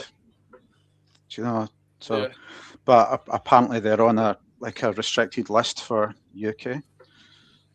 Wow. So, I am concerned about the possibility of a permitted list, which you spoke about last week. So you prefer the status quo? I prefer this because this. I think one of the questions you often ask is what's going to affect fish keeping? What will be the death of fish keeping? And extra legislation certainly doesn't help. No, I do like the setup that we have just now, and for the sake of 5 minutes to renew my license once every 5 years, I really don't mind. And I think that it shows a level of responsible fish keeping, and I think that is probably one of the ways forward we should all be striving for. So, on a more serious note, what species is that? Well, that's a snakehead, obviously. Good. Channa AI. Go on. Is that one of these new East Indian type jobbies? Is that named after a? Yeah. Oh, I would keep that. That's like if that was a fish, I'd keep it for sure. It's like Lota or something with the big fins. Yeah, exactly. Yeah. Anyway, it's AI. Let's look at a real Channa. Channa Gachua. That's an old fish that I had. Is it Gachua, Colin? Well, yeah. I'm just looking at the scales there. It's a bit Andrew-like, but one of the problems is that there's a lot of new species that have been described in the last few years, and there's been a lot of splitting in the last few years as well. Yeah. So the Gachua, you've got limbata and other species like that. So I was looking at valid species. So Fishbase reckons there's 52 valid species of Channa right now, but a lot of them have recently. Not a lot of them. Quite a few are recently described 2018, 2017, 2024, 2024, 2016. What caused that kind of explosion, do you think, of new species discoveries or descriptions of new species? If you go back to about 2006 or 2007, it was probably Ralph Britz that started it all. Yeah, he's named on quite a few, Yeah, so I've been in Ralph's company a couple of times. Last men standing 3 in the morning at the bar at the Anabantids. And then probably after that, Praveen Raj sort of took over. So you might see Praveen. I think one of the main things is that they were always just considered to be a food fish and boring, and I don't think they were that interesting. You've also got the situation that some of these places are a bit more open now for tourists, or not tourists, but expeditions. And so some of the species are from Myanmar or Burma. And previously, species like fire and ice just were not easy to get to try and get them. So although we had them in the trade for years and years under the common name fire and ice, they just weren't from a location that was easy to get to. So it probably took quite a while for people to get in and then properly do the collection to be able to describe them scientifically. Has fire and ice been described? Yeah, it's pyro something, that's it, as you would imagine. Pyrothelmus. Yeah, that's it. Pyrothelmus. Is that fire eye? Does that mean fire eye? Fire eye, yeah, because they do have red round about their eye. So it's about 20 years since I first started keeping Channa. Before that, it was mostly betta species, so it was quite an obvious transition from one to the next. You're gonna like this. I've got a nice smooth transition here for you. Okay, there we go. Yeah. Well, and Channoides, the scientific name would be mini Channa. Yeah. Or it's been hybridized, a snakehead and a molly. Yes, it's AI. It's AI. Do you know what? If anything deserves the name Channoides, I'm not going to mess with taxonomy here. It's got to be one of the Unimaculata group because they're so snakehead-like, aren't they? Yeah. They're so similar.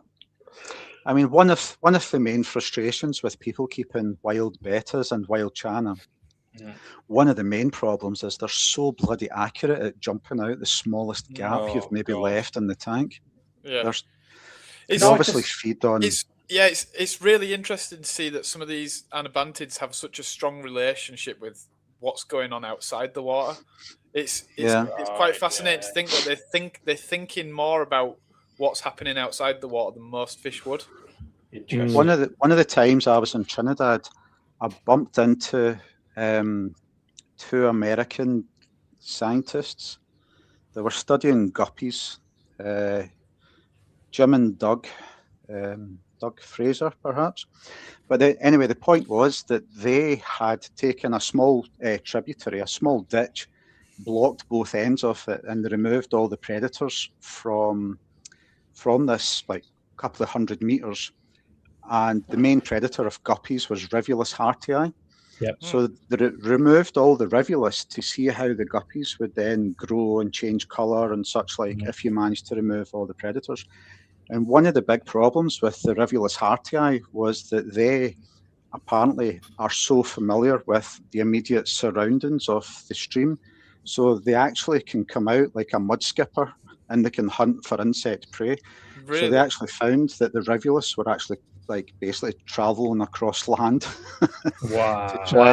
to try and get back into these areas where the 2 guys had taken them out from. Going back to Anabantids, that's nothing new for Anabantids, is it? Because we've got Anabus, obviously the climbing perch, which just gets out and goes for a little hike, and then Another one that probably I imagine a lot of people wouldn't realise, but it's better in the Cochina group that live in water that's barely there, just damp leaves. Yeah, right? well, if you think about Beta Persephone, it's basically just living in damp leaf litter at certain times of the year. Wow.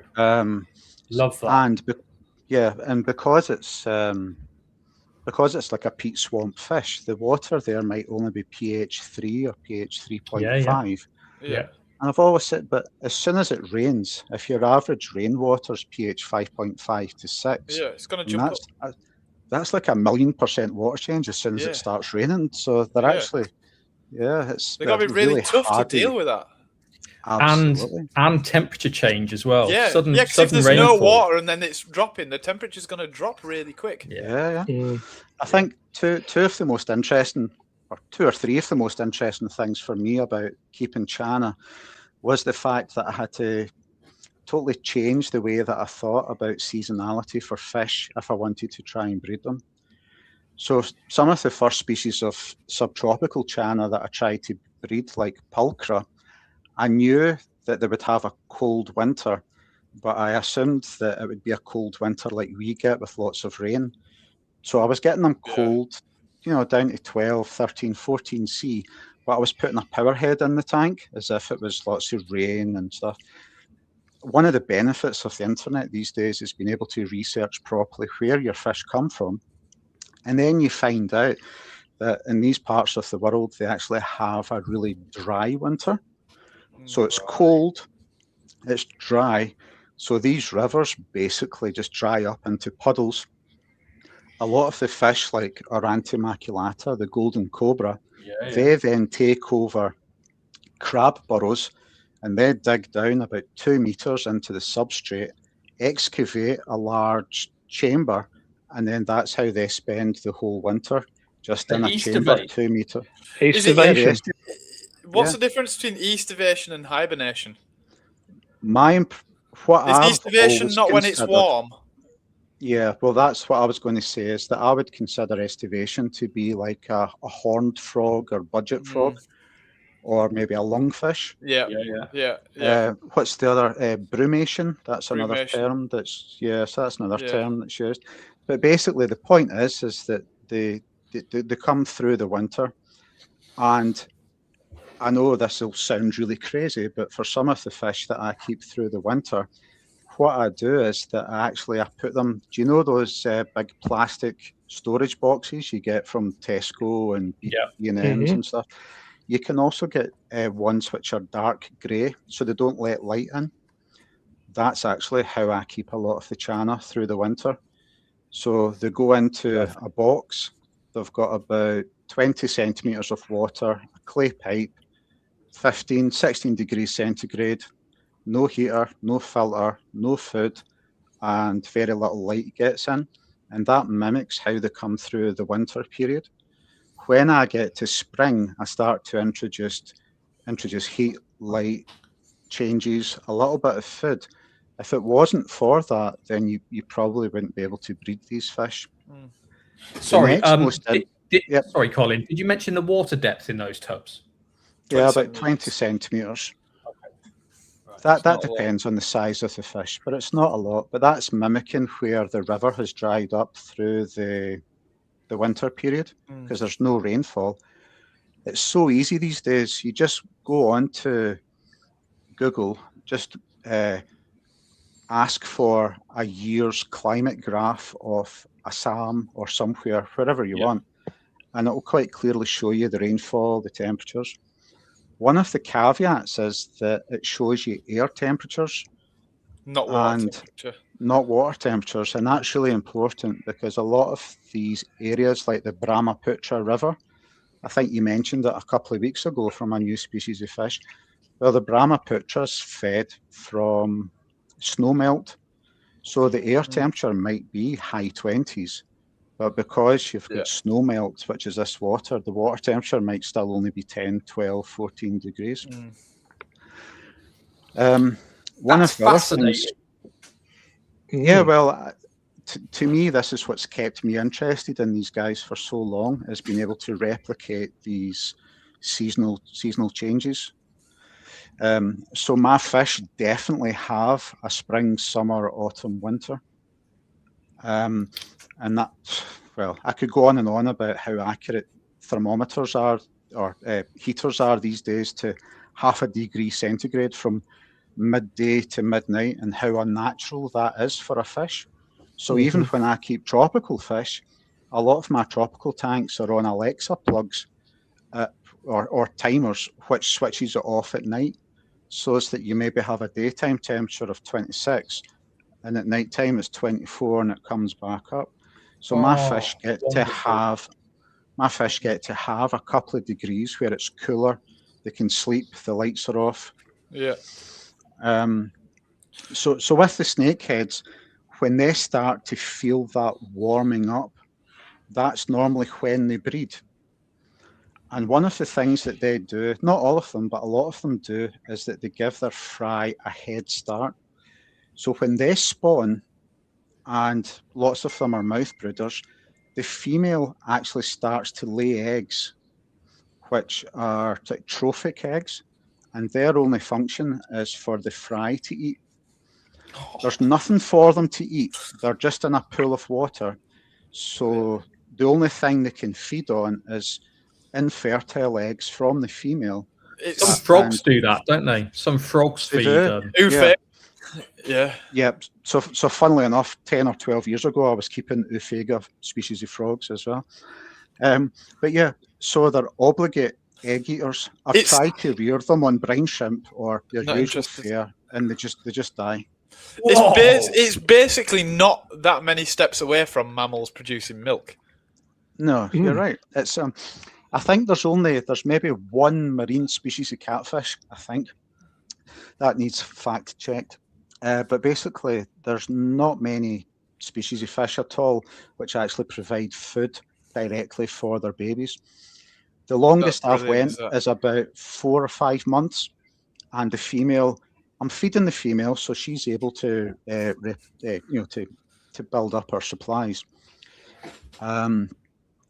So anyway, so the point is that once the rain comes and then the rivers become rivers again, you've already got these 5-6 centimeter micro predators ready to go. Yeah. And then that's when the insects, the fish, the frogs, everything else starts to breed.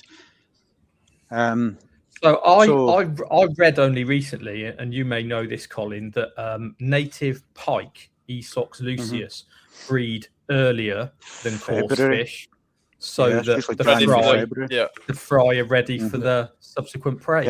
Yeah. Same thing. Just a thought. Discus as well. They do a similar thing. Obviously, they feed their fry on a mucus for a little while.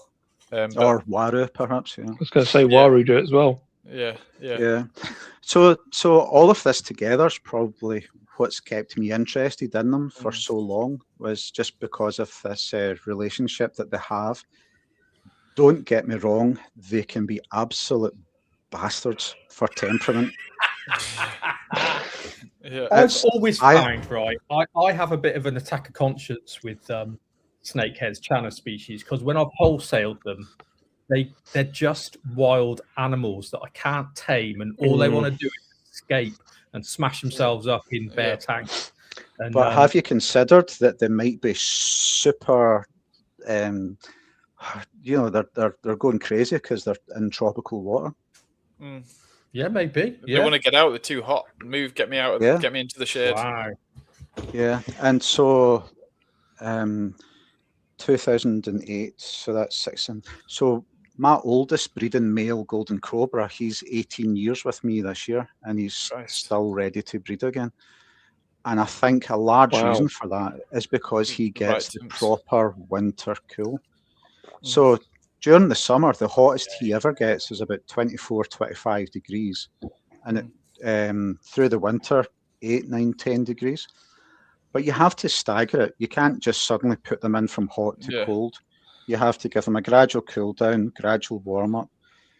And lights are very important as well. So it has to be a a photo period which mimics what's happening.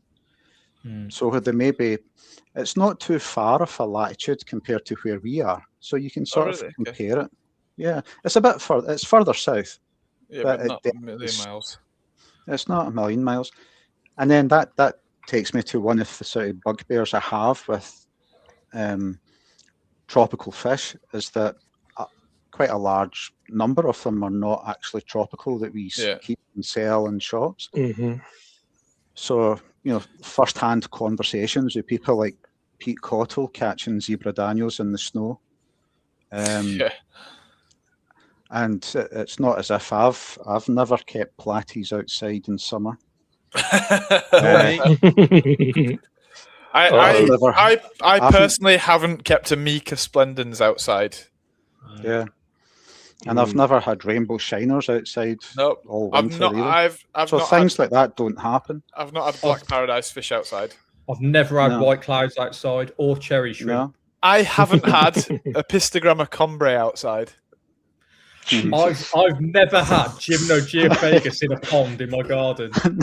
No, I haven't got 5 7-year-olds in the shed tied up. Jesus Christ! All right, okay. Anyway, so the point was, yes, the point was that I really like. I was just going to say, I think I really have enjoyed the time I've spent with trying to understand this group of fish, and I know that for most people they'll see them as thugs, or why would you want to? But I think I can't think of another fish that provides so much parental care with regards actually the trophic eggs and things like that. Just question. Yes. Ethan Wright 5461. Do they view their aquarium as their small winter pool and get restless, thinking the water body is going to expand and they can travel, a bit like restless migratory birds in captivity? During autumn, when there's less light, they definitely go into a phase of preparing for winter. And normally that's when people start sending me messages worried about their Channa's eyes have went all cloudy. And a large part of that's because they start digging extensively. And so they burrow their heads right in. So it's abrasive marks that they get. And I think that's definitely due to them wanting to dig down into the substrate to spend the winter there. What happens next is that then I'll put them into their winter quarters.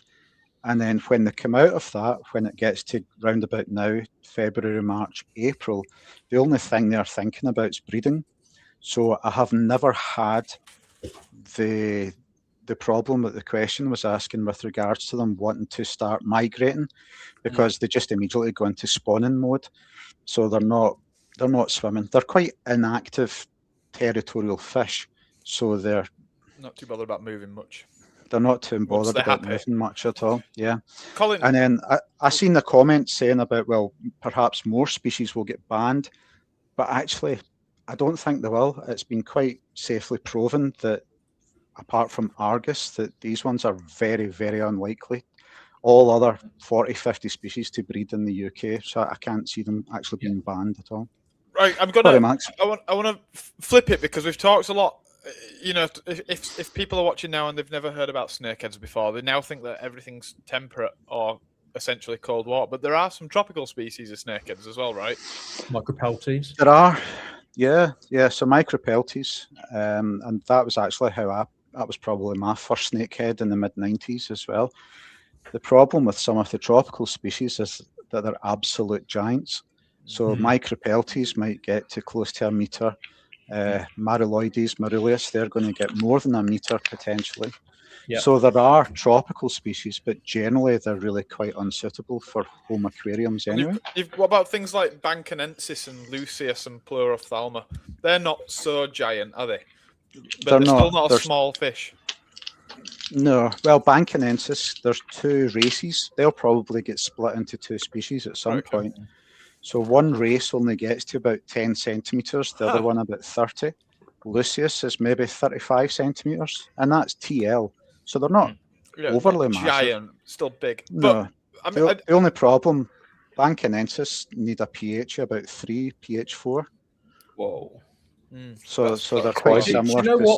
Do you know what makes me sad about Instagram videos of people fishing for micropelties?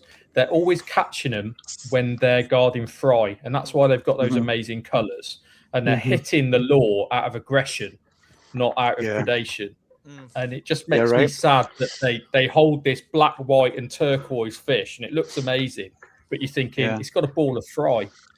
I know, and I think out there, if you went looking, Jeremy, there's actually much worse videos with Channa. We used to have Channa HQ as a Facebook page, and one of the reasons I closed it was because of the amount of videos which are just blatant animal abuse. And it was people quite literally punching their fish, like they were hitting the fish tank. They were picking them up, hitting their fish, punching them, grabbing them. And the number of arguments that I had online about that, and it was like, but we're trying to make them more fierce, so they display, and see, trying to explain, but my fish don't feel they need to do that. I don't stress them out. And apparently in some of the fish shows where they show Channa, aggressiveness is actually one of the traits that the fish are marked on, which is basically hitting the front of the tank. And I know that for things like betta splendens, there's actually papers that show that if you allow that male betta to display to a mirror for 5 minutes every day, they actually live a longer, more enriched life. This is way beyond that. It's just animal abuse. It's actually like literally punching a fish to try and bring out this aggressive streak within it. And it was one of the reasons, isn't it? The worst thing. Yeah. And I saw one betta splendens fighting, and they spin them. They spin them in the jars. And I saw this guy who was almost using like an electric whisk to spin them. He doesn't even use his finger anymore. He was like getting a whisk in the jar, spinning them like 200 times in the jar, then taking the whisk out. And you're just like, horrible. No, that's horrible. Horrible. One of the questions that just came through was about Channa orientalis. Yes. So the question was, is it a true tropical? It is, and they're absolutely amazing wee fish. They're only about 10 centimetres. They have the same antisocial traits when it comes to choosing partners. They're a mouth brooder. But one of the things is that they're from Sri Lanka, from the Kottawa forest, and all exports from there have been banned for many years now. I think I only know about one person, 2 people now in Europe that actually have them. So they would be the perfect pet snakehead, but unfortunately, just for various reasons, they're impossible to find in the trade. It's a shame, is that? It's a shame. Some of the Gatua, Colin, is it's been split down a couple of times, and it's probably gonna get split again, maybe. I'd have thought so, yeah. Some of the populations of Gatua are tropical as well, I think. Is that right? Yeah, the tropical ones I think are mostly now called limbata. Yeah, that was a bit of a catch-all name. You get them through the trade. You spoke about that earlier with the silver dollar types. It's the catchers think every fish has looks got like that. Yeah, every fish has got one of those, haven't they? I think from the early Indian lists, every snakehead used to be marked down as Stewarti, and it was actually every species. But do you know what I mean? Like the true Stewarti wasn't the fish we were getting. We'd get lots of different things. Well, I mean, I remember looking on lists, and a few years back we got a lot of new northern Indian species. We got Aristoni and Bipoli and all those sorts. And as far as I can remember, they were all labelled as Stewarti species. They used to be, yeah. They used to call them. Well, these are like the mountain species. One of the problems with them you could attribute to the same as with a lot of the loaches that you've spoke about as well. That they're from a habitat that's going to be absolutely raging torrents when it's flowing and very cold, and they are super aggressive as well. And again, I've had them begging for food, 5-6 degrees centigrade. So they're supercharged when they're in the teens and into the 20s. They're absolutely stunning fish. Another problem recently has I'm been gonna have to find a picture of Aristoni. Pull one up. Another problem recently has been that a lot of the wild imports of Channa have come in with a bacterial or fungal disease, and quite literally, once they're in aquariums, they fall to pieces. Yeah. So it seems to be EUS, epizootic ulcerative syndrome, and so that was absolutely rampant through the Channa that were bred for the plate as a food fish. And it seems that it must be in the tanks of wholesalers now as well. So there's many cases where snakeheads have come in, and within a few weeks, the fungus seems to be within the muscles of the body. And when it's at a certain temperature range, then that's when it attacks the fish. It has a sweet spot of about 18 to 20 degrees. And obviously that's where a lot of the Channa live, and that seems to suit this fungus as well. Let's talk about Parachanna briefly, because we haven't done the African species. Have you kept any? What can you tell us about them? Yeah, so I've kept Parachanna obscura and Africana. I believe there is a third species. If it hasn't been described yet, it will. So they're tropical, and in actual fact, they're brilliant to keep in captivity.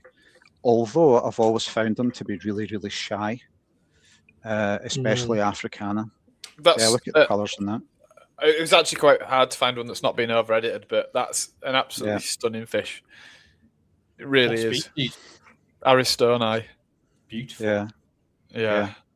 And you just see how streamlined they are, and they've got such a huge dorsal. It's obviously, and big pectoral fins, it's obviously there to keep it in place when the water's in full go. Right.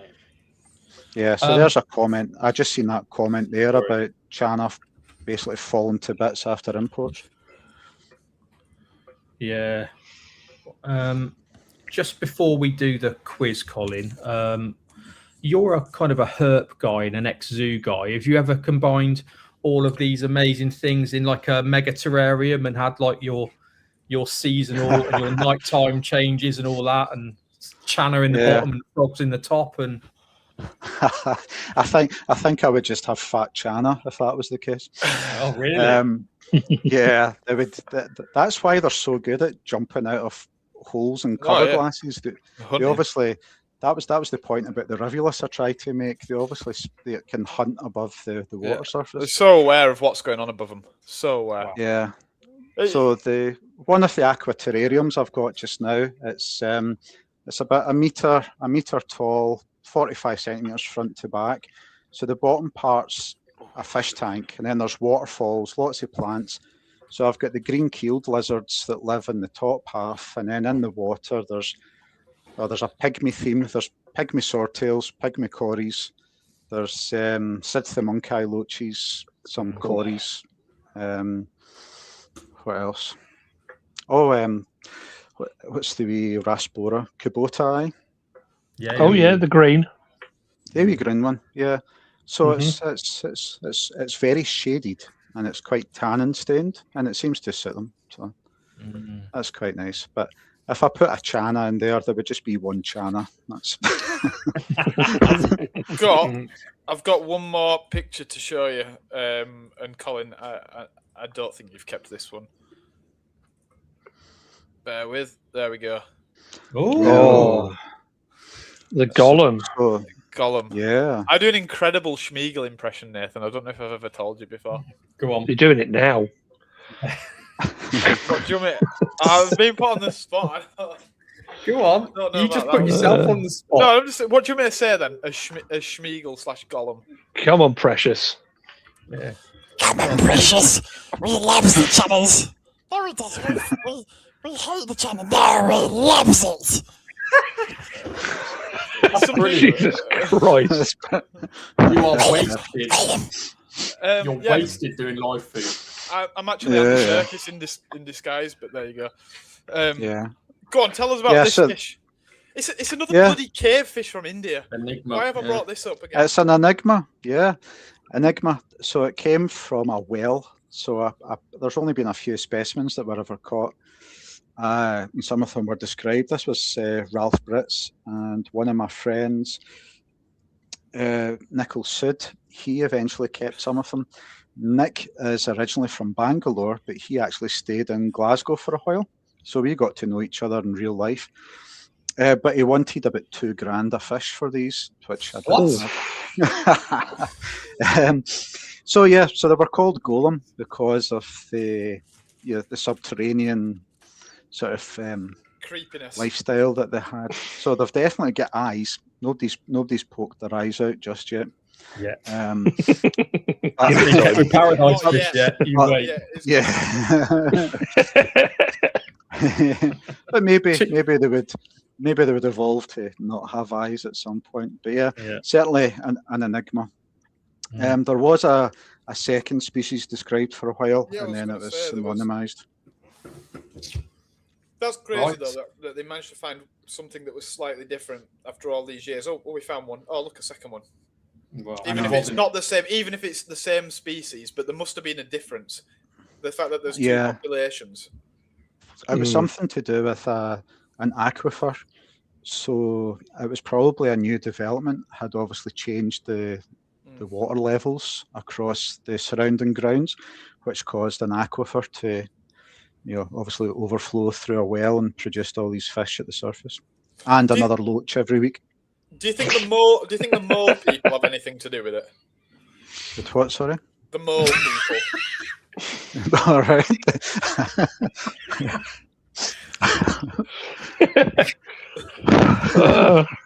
In all seriousness, Colin. Yeah. The mole people. The mole people. Yeah, probably. I think it was the mole men, Colin. Oh Jesus! I can easily imagine them riding this. They would ride this into battle, wouldn't they? They would, yeah. Like that. Like, I don't know if any of you ever played Halo, but there was one bit on Halo where you all jump on the back of this giant thing and ride it through a cave. It'd be exactly like that. Yeah, exactly like that. That didn't mean anything to us then, Max. No, not Halo. It wasn't Halo. It was Gears of War. Oh. Either way, you're all too old for that. You probably played Space Invaders, whatever it was. We did actually. Yeah, that's my point. Rebecca says, I believe there is actually quite a market for them in Asia that could be risky for their population numbers. Rajiv Raghavan was at a conference I was at, and he mentioned it in his talk. So, yeah, absolutely. They're one of the biggest fish that they eat, which especially big river systems like the Brahmaputra. So, yeah, they're a popular food fish. In fact, I've seen them for sale frozen in Chinese supermarkets here as well. Same.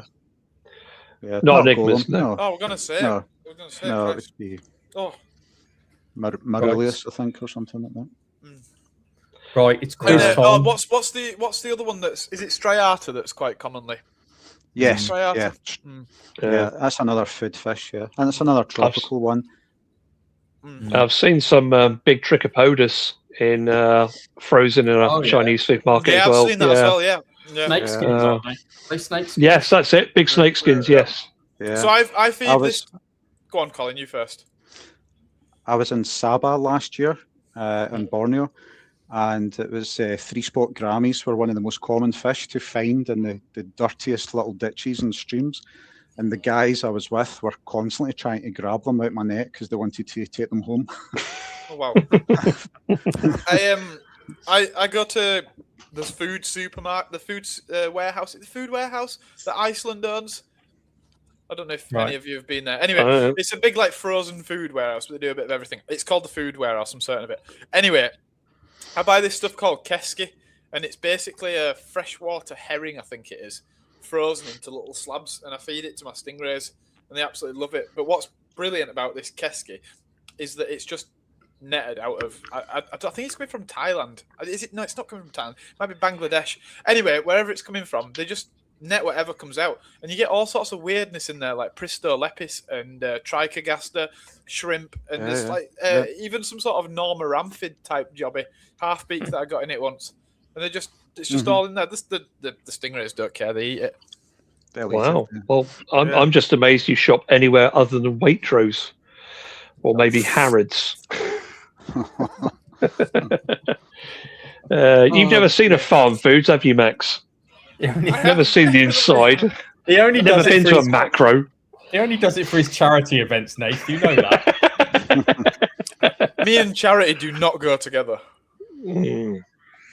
A Moving question on. about Barker. Barkers are stunning, but what are they like to keep? Have you ever had the budget to own a Barker? I've got 3 just now. How do you know? You and Max would get on so well. Waitrose, you. That's why you're mates with Deadly. Yeah. I know the first time I seen them was about 2001 or 2. Tom Halverson. Yeah, couple of grand. Yeah. So, in all honesty, by breeding the Channa or Antimaculata, that's how I was able to build up funds to then buy some Barker. One of the main things about it is that since I got them, which is 2019, since then they've actually got a much, much higher level of protection within India. So they've got the same level of protection as like rhinos. So wow. It's really right up there. Unfortunately, they're still getting smuggled out. So you do see them for sale quite regularly in the UK and other parts of the world. The biggest problem is that they're sold as a trophy fish. Yeah. And if somebody's buying one fish, it's genetically dead. You can't do anything with it. And then again, a lot of the videos I see online, they're in beside discus at 32 degrees centigrade. Ultims or something stupid like Ultims that. or something. Yeah, exactly. So there's no way they're being kept at 10 degrees through the winter and 22 during the summer and such like. So in actual fact, one of the biggest differences is that they don't care about any other fish in beside them. So compared to all other species of Channa, you could quite easily keep a 50 centimetre long Barker in beside guppies, platies, neons, whatever you wanted. They're just not interested. Why do you think that is? Wow. They just don't seem to. They just don't seem to be piscivorous at all. They're just not interested in eating fish. So yeah, so that's a bit of an enigma as well. And they'll quite literally take a mouthful of pellets from the surface and they'll spit out other fish if they accidentally pick them up. Yeah. What do you think they're hunting in the wild then? Ow. Mostly invertebrates, I think. Yeah. Just scouring the surface, sort of like how an axolotl might hunt. Yeah, well, I've seen that with axolotls just skimming the surface, picking up mosquito larvae. Do you think they just do something similar then? Yeah, it could be that, or perhaps crayfish or crabs. And, and or prawns and such like. But anyway, yeah, they've got that mythical fish status. But really, at the end of the day, I actually think the gold cobra is a nicer looking fish. But the problem is that it's people see the status of having one, and that's why they'll still risk try to export them and smuggling them. Nobody's bred them in captivity yet, unfortunately. So yeah, that's a shame. Should we do the quiz? Shall we do the quiz? So I can eat my meatballs afterwards. I'm actually a little bit scared that I haven't prepared enough questions because I think you're just going to fly through. No, please don't build that up. I've got everything resting on you, Colin. Colin, what's your favourite? What's your favourite chemolith autotroph, Colin? Sandfish, I think. Right. Okay. Quiz, guess what it is? Fish quiz, that's what it is. Fish quiz, guess what it is? Fish quiz, that's what it is. Fish quiz.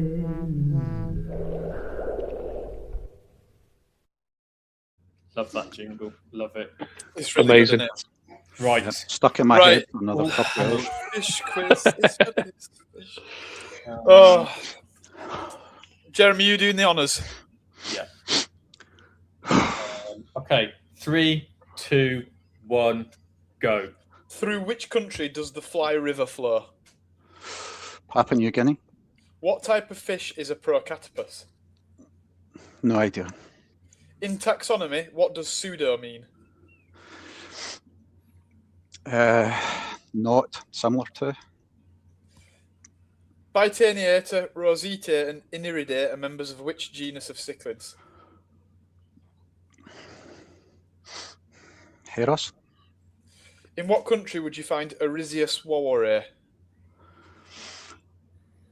Myanmar. Name a South American killifish.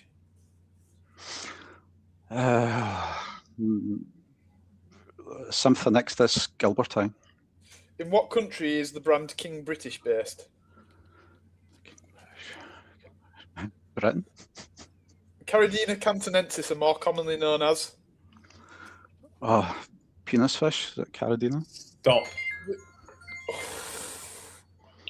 Stop. Well, that was tense. That was really tense. I was worried. That wasn't easy. Through what country does the Fly River flow? Papua New Guinea, correct. What type of fish is Procatopus? There's two similar ones. One is a killie and one's a it's a killifish. Lungfish. Procopterus. Procatopus is a killifish. Yeah. Procatopus similis, Procatopus, all that. You're thinking Procopterus. Yeah, that's the African In taxonomy, what does pseudo mean? You said not similar, not alike. Do we accept it? I think we do. I had fake or false down. I'm going to accept that though. Yeah, do it. That's fine. Fair. Yeah. Bitanniata, Rosita, and Iniridae are members of which genus of cichlids? It wasn't here, Ross. Do you know? Yeah, go on then. Go on, Jeremy. You seem to know. Epistogramma. It is epistogramma, yeah. Of course. In what country would you find Arizius waware? Myanmar. It's not, unfortunately. It's Indonesia. Sulawesi. Okay. Sulawesi. Name a South American killifish. You gave me Simpsonichthes. Yep. In what country is the brand King British based? I'm surprised. It's British. You made me the think. The answer's in the question, Colin. I know. You made Go on, me Jeremy. think. It's owned by Bafer and they're Dutch. But where did it start? It might be owned by them now. Yeah, no, you're right.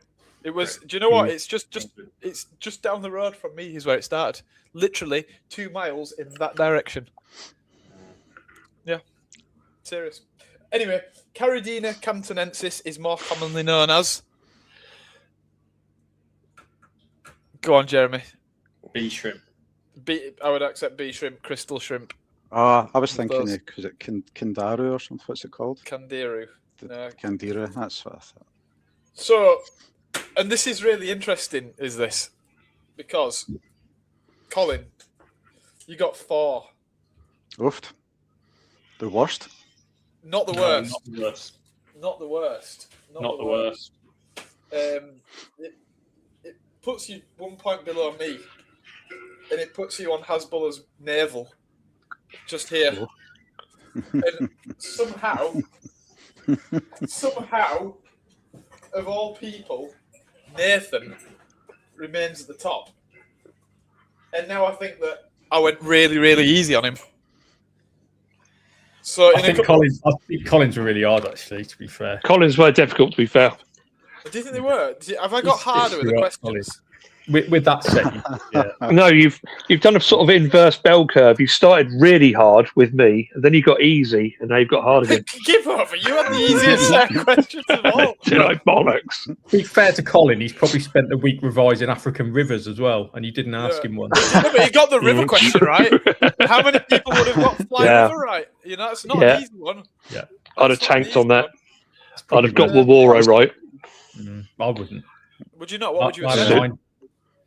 Sulawesi, I couldn't. No, Sulawesi. Yeah, it was in the same lake or the same river system as a lot of the Nomaranthus that come in. Nomaranthus. What's the black Nomaranthus? Oh God. Melon something. Melon. Waware. No. It's not Earhartii. It's not Lemai. Oh God, what is it? The black half-beak. Is it Celebensis? Oh, yeah. The wrestling heart. No, not the wrestling. No. That's Lemai. I think it's Celebensis. I'm pretty certain it is. With the black chin. No, the fully black one. Oh. Surely you've seen it. It's absolutely. I'm pretty certain it's. Hold on. Yeah, this is the very fellow Celebensis. Feast your eyes on that. Oh, they are special. Oh, okay. Yeah, that's pretty. And they're a nice, long, slim fish about this as well. Really, really, pretty really black. Nice. It is. Brackish or hard, warm water. Most of those Sulawesi fish like it quite hard and warm. Just like you, Max.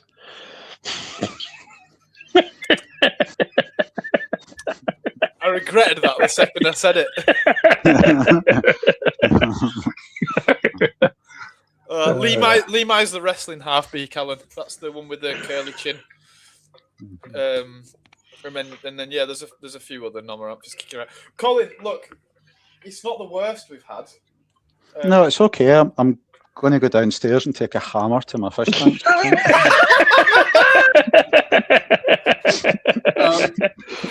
Hang on, let's make you feel better. Are you our top-scoring Scottish guest? Yeah, by a mile. Dear. Do you know what? Without actually, internationally, best foreign guest we've had by a mile. Let's end on a positive. Until we get Ivan on at some point. that was absolutely brilliant, Colin. There was so much fascinating. There. It was. I mean, look, I almost want to give you a higher score just because of the amount of knowledge you've imparted on us. Yeah, but I can't because Nathan will cry. No, put him above you, Max. I'm fine with that. I'm mid-table now. I'm happy with that. That puts me mid-table. I'm not worrying about relegation. Right, mid. I'm not in a promotion. Always mid. Yeah, well, it's better than. Better than being at the top, yeah. Sorry, Mark. I'll throw you under the bus there. But no, look, there'll be a second chance. I'm sure we'll get you on again because we never even discussed better. And there's so much to discuss there. So we'll have to bring you back for a whole episode on better. There must be about 80. There must be about 80 species now. Oh, there's loads. There's loads. Yeah. There's Splendens and the others. Yeah, all those betas.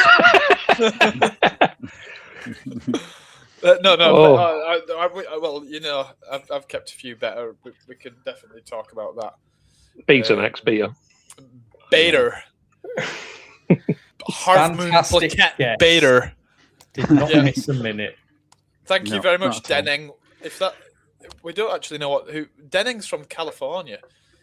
He or she, they put on earlier on that they were from California, which is brilliant that we are literally international now. We've got. There's a good question. Yeah, go on then. Go on, Cole. Redeem yourself. Paraspherictus lineatus, yes, and it needs a cool winter as well. Yes. So what's interesting about them, they can use a bubble nest, they can hide the eggs, or they can also lay the eggs in a pit in the sand and look after them like a cichlid as well. Which is the other paraspheric these? Ocellatus. Ocellatus, that's the one. And Ocellatus comes in, well, neither of them really come in often, but of the two Ocellatus is the more common. It's most common, yeah. Yeah. But yeah, the lineatus, they're fully grown at about 18-20 mil, but you need to give them a sort of cool winter period. Is that another Myanmar fish? It is, yeah.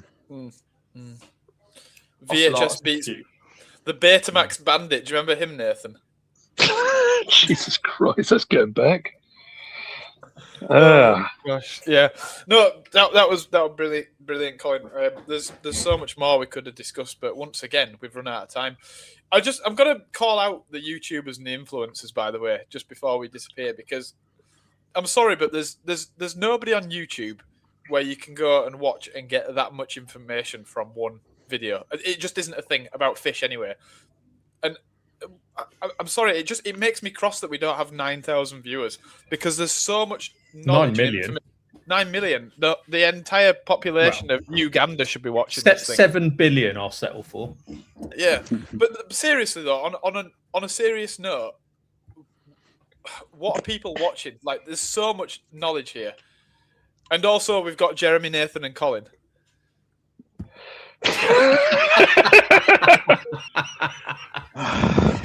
just to water your knowledge down a bit, just to.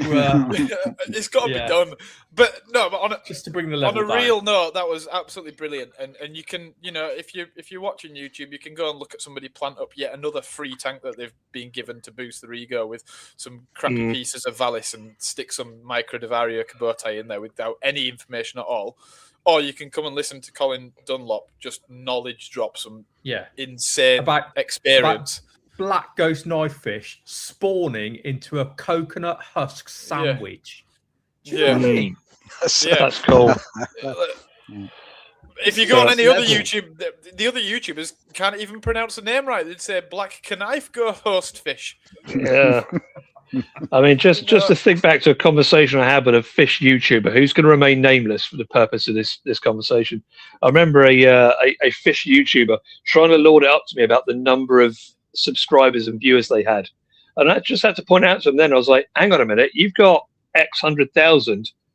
I know of a Turkish dwarf with learning disabilities who literally hits people with a broom in every episode. He's got 2.5 million. That doesn't speak well about you. It doesn't speak well. You're literally, it's a race to the lowest common denominator, and it seems you're winning. Take that on the chin, my friend. Yeah. So, on that note, if anybody knows any Turkish dwarf, learning disabled with a broom, we'd like to get him on for the next episode. Or failing that, HS Tiki Toki. We'll have him on next week. Oh, yes. Did we get above 25 years? No. Nowhere near. No, we'll have a lot more. Nowhere near. It's just I don't need to eat that bag of live blackworm then. Flattened out. 17. Not yet. I mean, but there will have been people dropping in and out over the course of it. You know, they stay for 2 seconds, get bored of Nathan, and then leave. They just go to space. They just go. No more of this. So we've got a guest next week. Who have we got next week? Bear with me now. You've got James Dale next week. We've got James Dale next week now. Of Aquatect. Now, James Dale. I don't want to go too much into it, but James Dale's, when it comes to designing aquaria and just animal enclosures in general, the guy's a genius, and the quality of his work is brilliant. But he's not just a designer of tanks and vivariums. He's a biotoper. He's a fish and a reptile and amphibian keeper. He's worked in zoos. He's worked in aquariums. He's going to bring a lot of knowledge to next week, and a lot of it'll be. He does plants. He does. Yeah. So it's going to be quite a different take on what we used to hear, and it's going to be a completely different angle to fish keeping, and that'll be really exciting. He's not one that many of the hobbyists will probably know, but it's absolutely one that you need to be there for. If you're into any sort of enclosure design, you really have to be here for it. And then look into the future. We need to fill our calendar up a bit. I think we've got another ethics session coming up. The week on the 5th of April, Nathan will be taking the lead on ethics again, finishing up, or at least carrying on from where we were. There you go, Nathan. Colin enjoyed it, so you best all have enjoyed it as well. And then one person enjoyed it. Yeah, I didn't. I was leading and I hated it. But we're gonna look. We need another set of guests. So if anybody's got any suggestions, or do you know what? If anybody wants to be a bit arrogant and say, I want to come on it, tell us. And if we think you've got anything about you, we'll get you on. Well, hang on a minute. We should get some regulars on them. We should definitely get Chris Green, Alan, because they should all do the quiz as well. All of our regular viewers should do the quiz as well. Yeah, absolutely. Yeah, we'll get you all on. So if you do want to get on, send me a message or Nathan or not Nathan. You don't want to talk to me. No, do me. No, don't message Nathan. Don't do me. Message Jeremy. And I'll be cleaning we'll get you on. Don't do it. We'll get you on because we are looking not short on guests, but it'd be nice to see some different faces on there. Can we actually get an influencer on and just bully him? Nope. Yes. Please. Nope. Just one. That's two votes in favour of one, Jeremy. We're doing it. Let's see how long we can keep them on until they just walk away. If there's any influencers watching with a bullying kink, send me a message. We'll get you on. No, we best not do that. Look, hang on. Hang on. Let's do a plug. Next Sunday is the Catfish Study Group convention. Now that is actually world class. By the way, next year, the Catfish Study Group guys don't know this, but me, Nathan, and Jeremy are going. I reckon we try and do a live. I mean, a live stream's live anyway, but let's do a live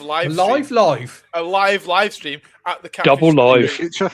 That's in the future. Yeah, I'm loving this. Just Let's how film cool, it now for next year. No. We'll go to the Catfish Study Group. We'll do this there in front of the delegates.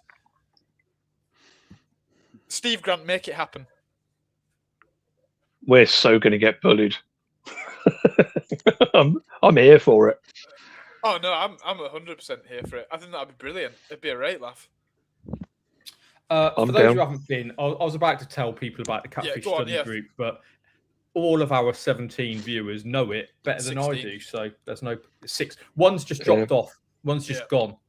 It is, but seriously, like that's a 5 to 10% viewer loss, just like that. As it stands, mentioning the word influencer, one person just switched straight off. Yeah.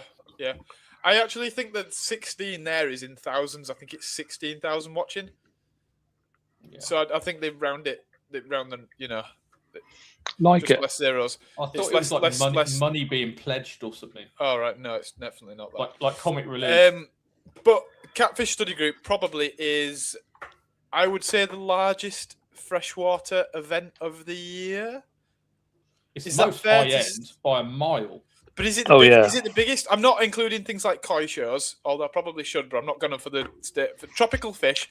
I think it's the biggest event of the year, which is kind of a shame, not because it's a bad thing, but there absolutely should be a generalist freshwater event every year.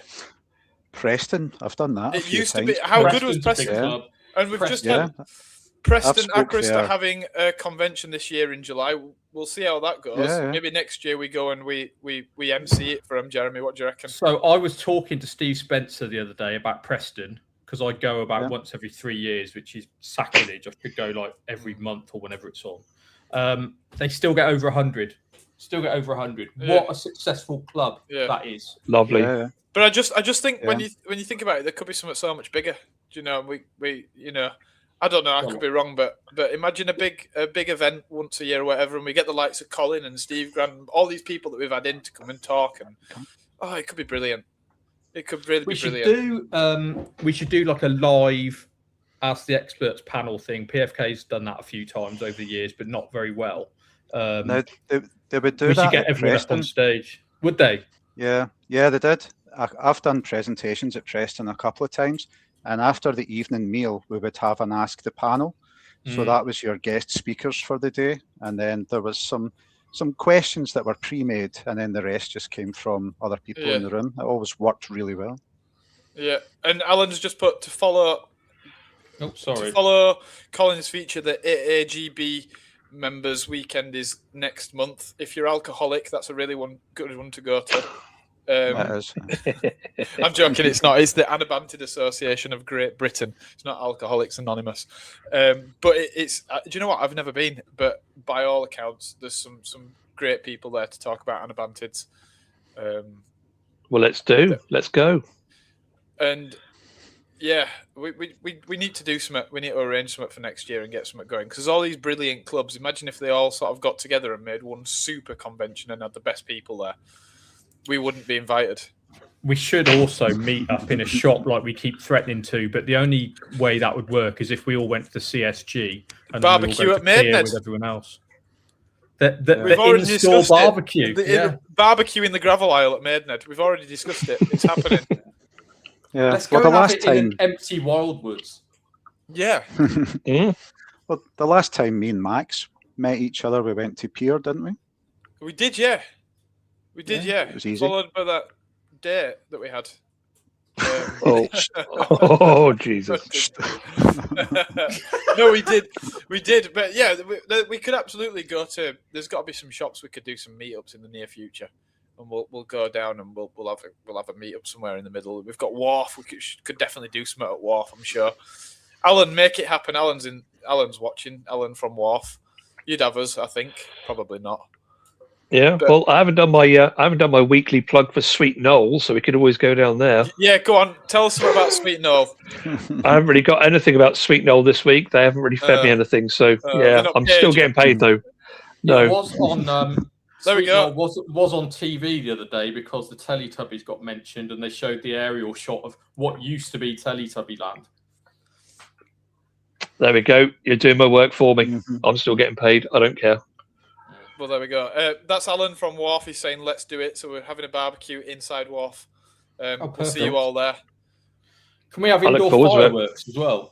Indoor fire. Alan, can we do indoor fireworks in the fish house? Or outdoor fireworks, but indoors? Yes, that's exactly right. Yeah. If we could just do that, that'd be absolutely brilliant. Just to celebrate us. Oh, Well, I think that's probably everything. We've run over by 19 minutes. again. And managed to keep more or less all our followers. So that's a good thing. That's a good Colin, sign. Yeah. It is a very good sign. Colin, it's been an absolute pleasure having you on. No, you're welcome. That was good fun. There's so much more we can talk about. We will definitely have to do this one again. We say that It's about been everybody, dreamy. though. Yeah. We just get every single guest's a banger. Colin, you'd better go and tell the licensing people that you keep snakeheads in like grey cups from Tesco's as well. They'll love that. Yeah. Can you imagine? Can you imagine trying to explain to government vets that this is the proper way to keep them?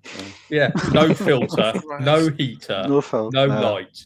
Imagine what Peter would say. Yeah. Oh dear. Wow. But it's the best way to do it. Right. By far. On that note, okay. Thanks everyone. Yeah. Good evening. Cheers. Goodbye. Thank you. Yep. Oh, I need to Thank do the you. outro. Cheers. How do I do that? Outro Like, share, and subscribe. Like, share, and subscribe. Leave a comment in the comment section below about what you want to see next week, and tell your friends. Yeah, definitely do that. If you've got any, you probably don't. You're fish keepers. Actually, if we're gonna get more viewers, we should do. We need to do celebrity boxing. That's the in thing at the moment. Mark Nichols on Steve Grant. Wow. Nathan wants to do that knights in armor fighting, don't you, Nathan? Yep, absolutely. MMA armor. Who wants to fight Nathan in full-on armor? Yeah, let's do it. I'll do it. I'm there. I am there. Yeah, Colin's let's up do for it. So it's England versus Scotland in armor. Yeah. Do you know in a UFC match? I want to see Mike Kirkham in full armor take you on, Nathan. You would die. There will be no survivors. That's going to be a mess. Anyway, thank you. Yeah. Cheers, Thank you for watching. Watch the outro. Goodbye. Cheers, guys. Cheers.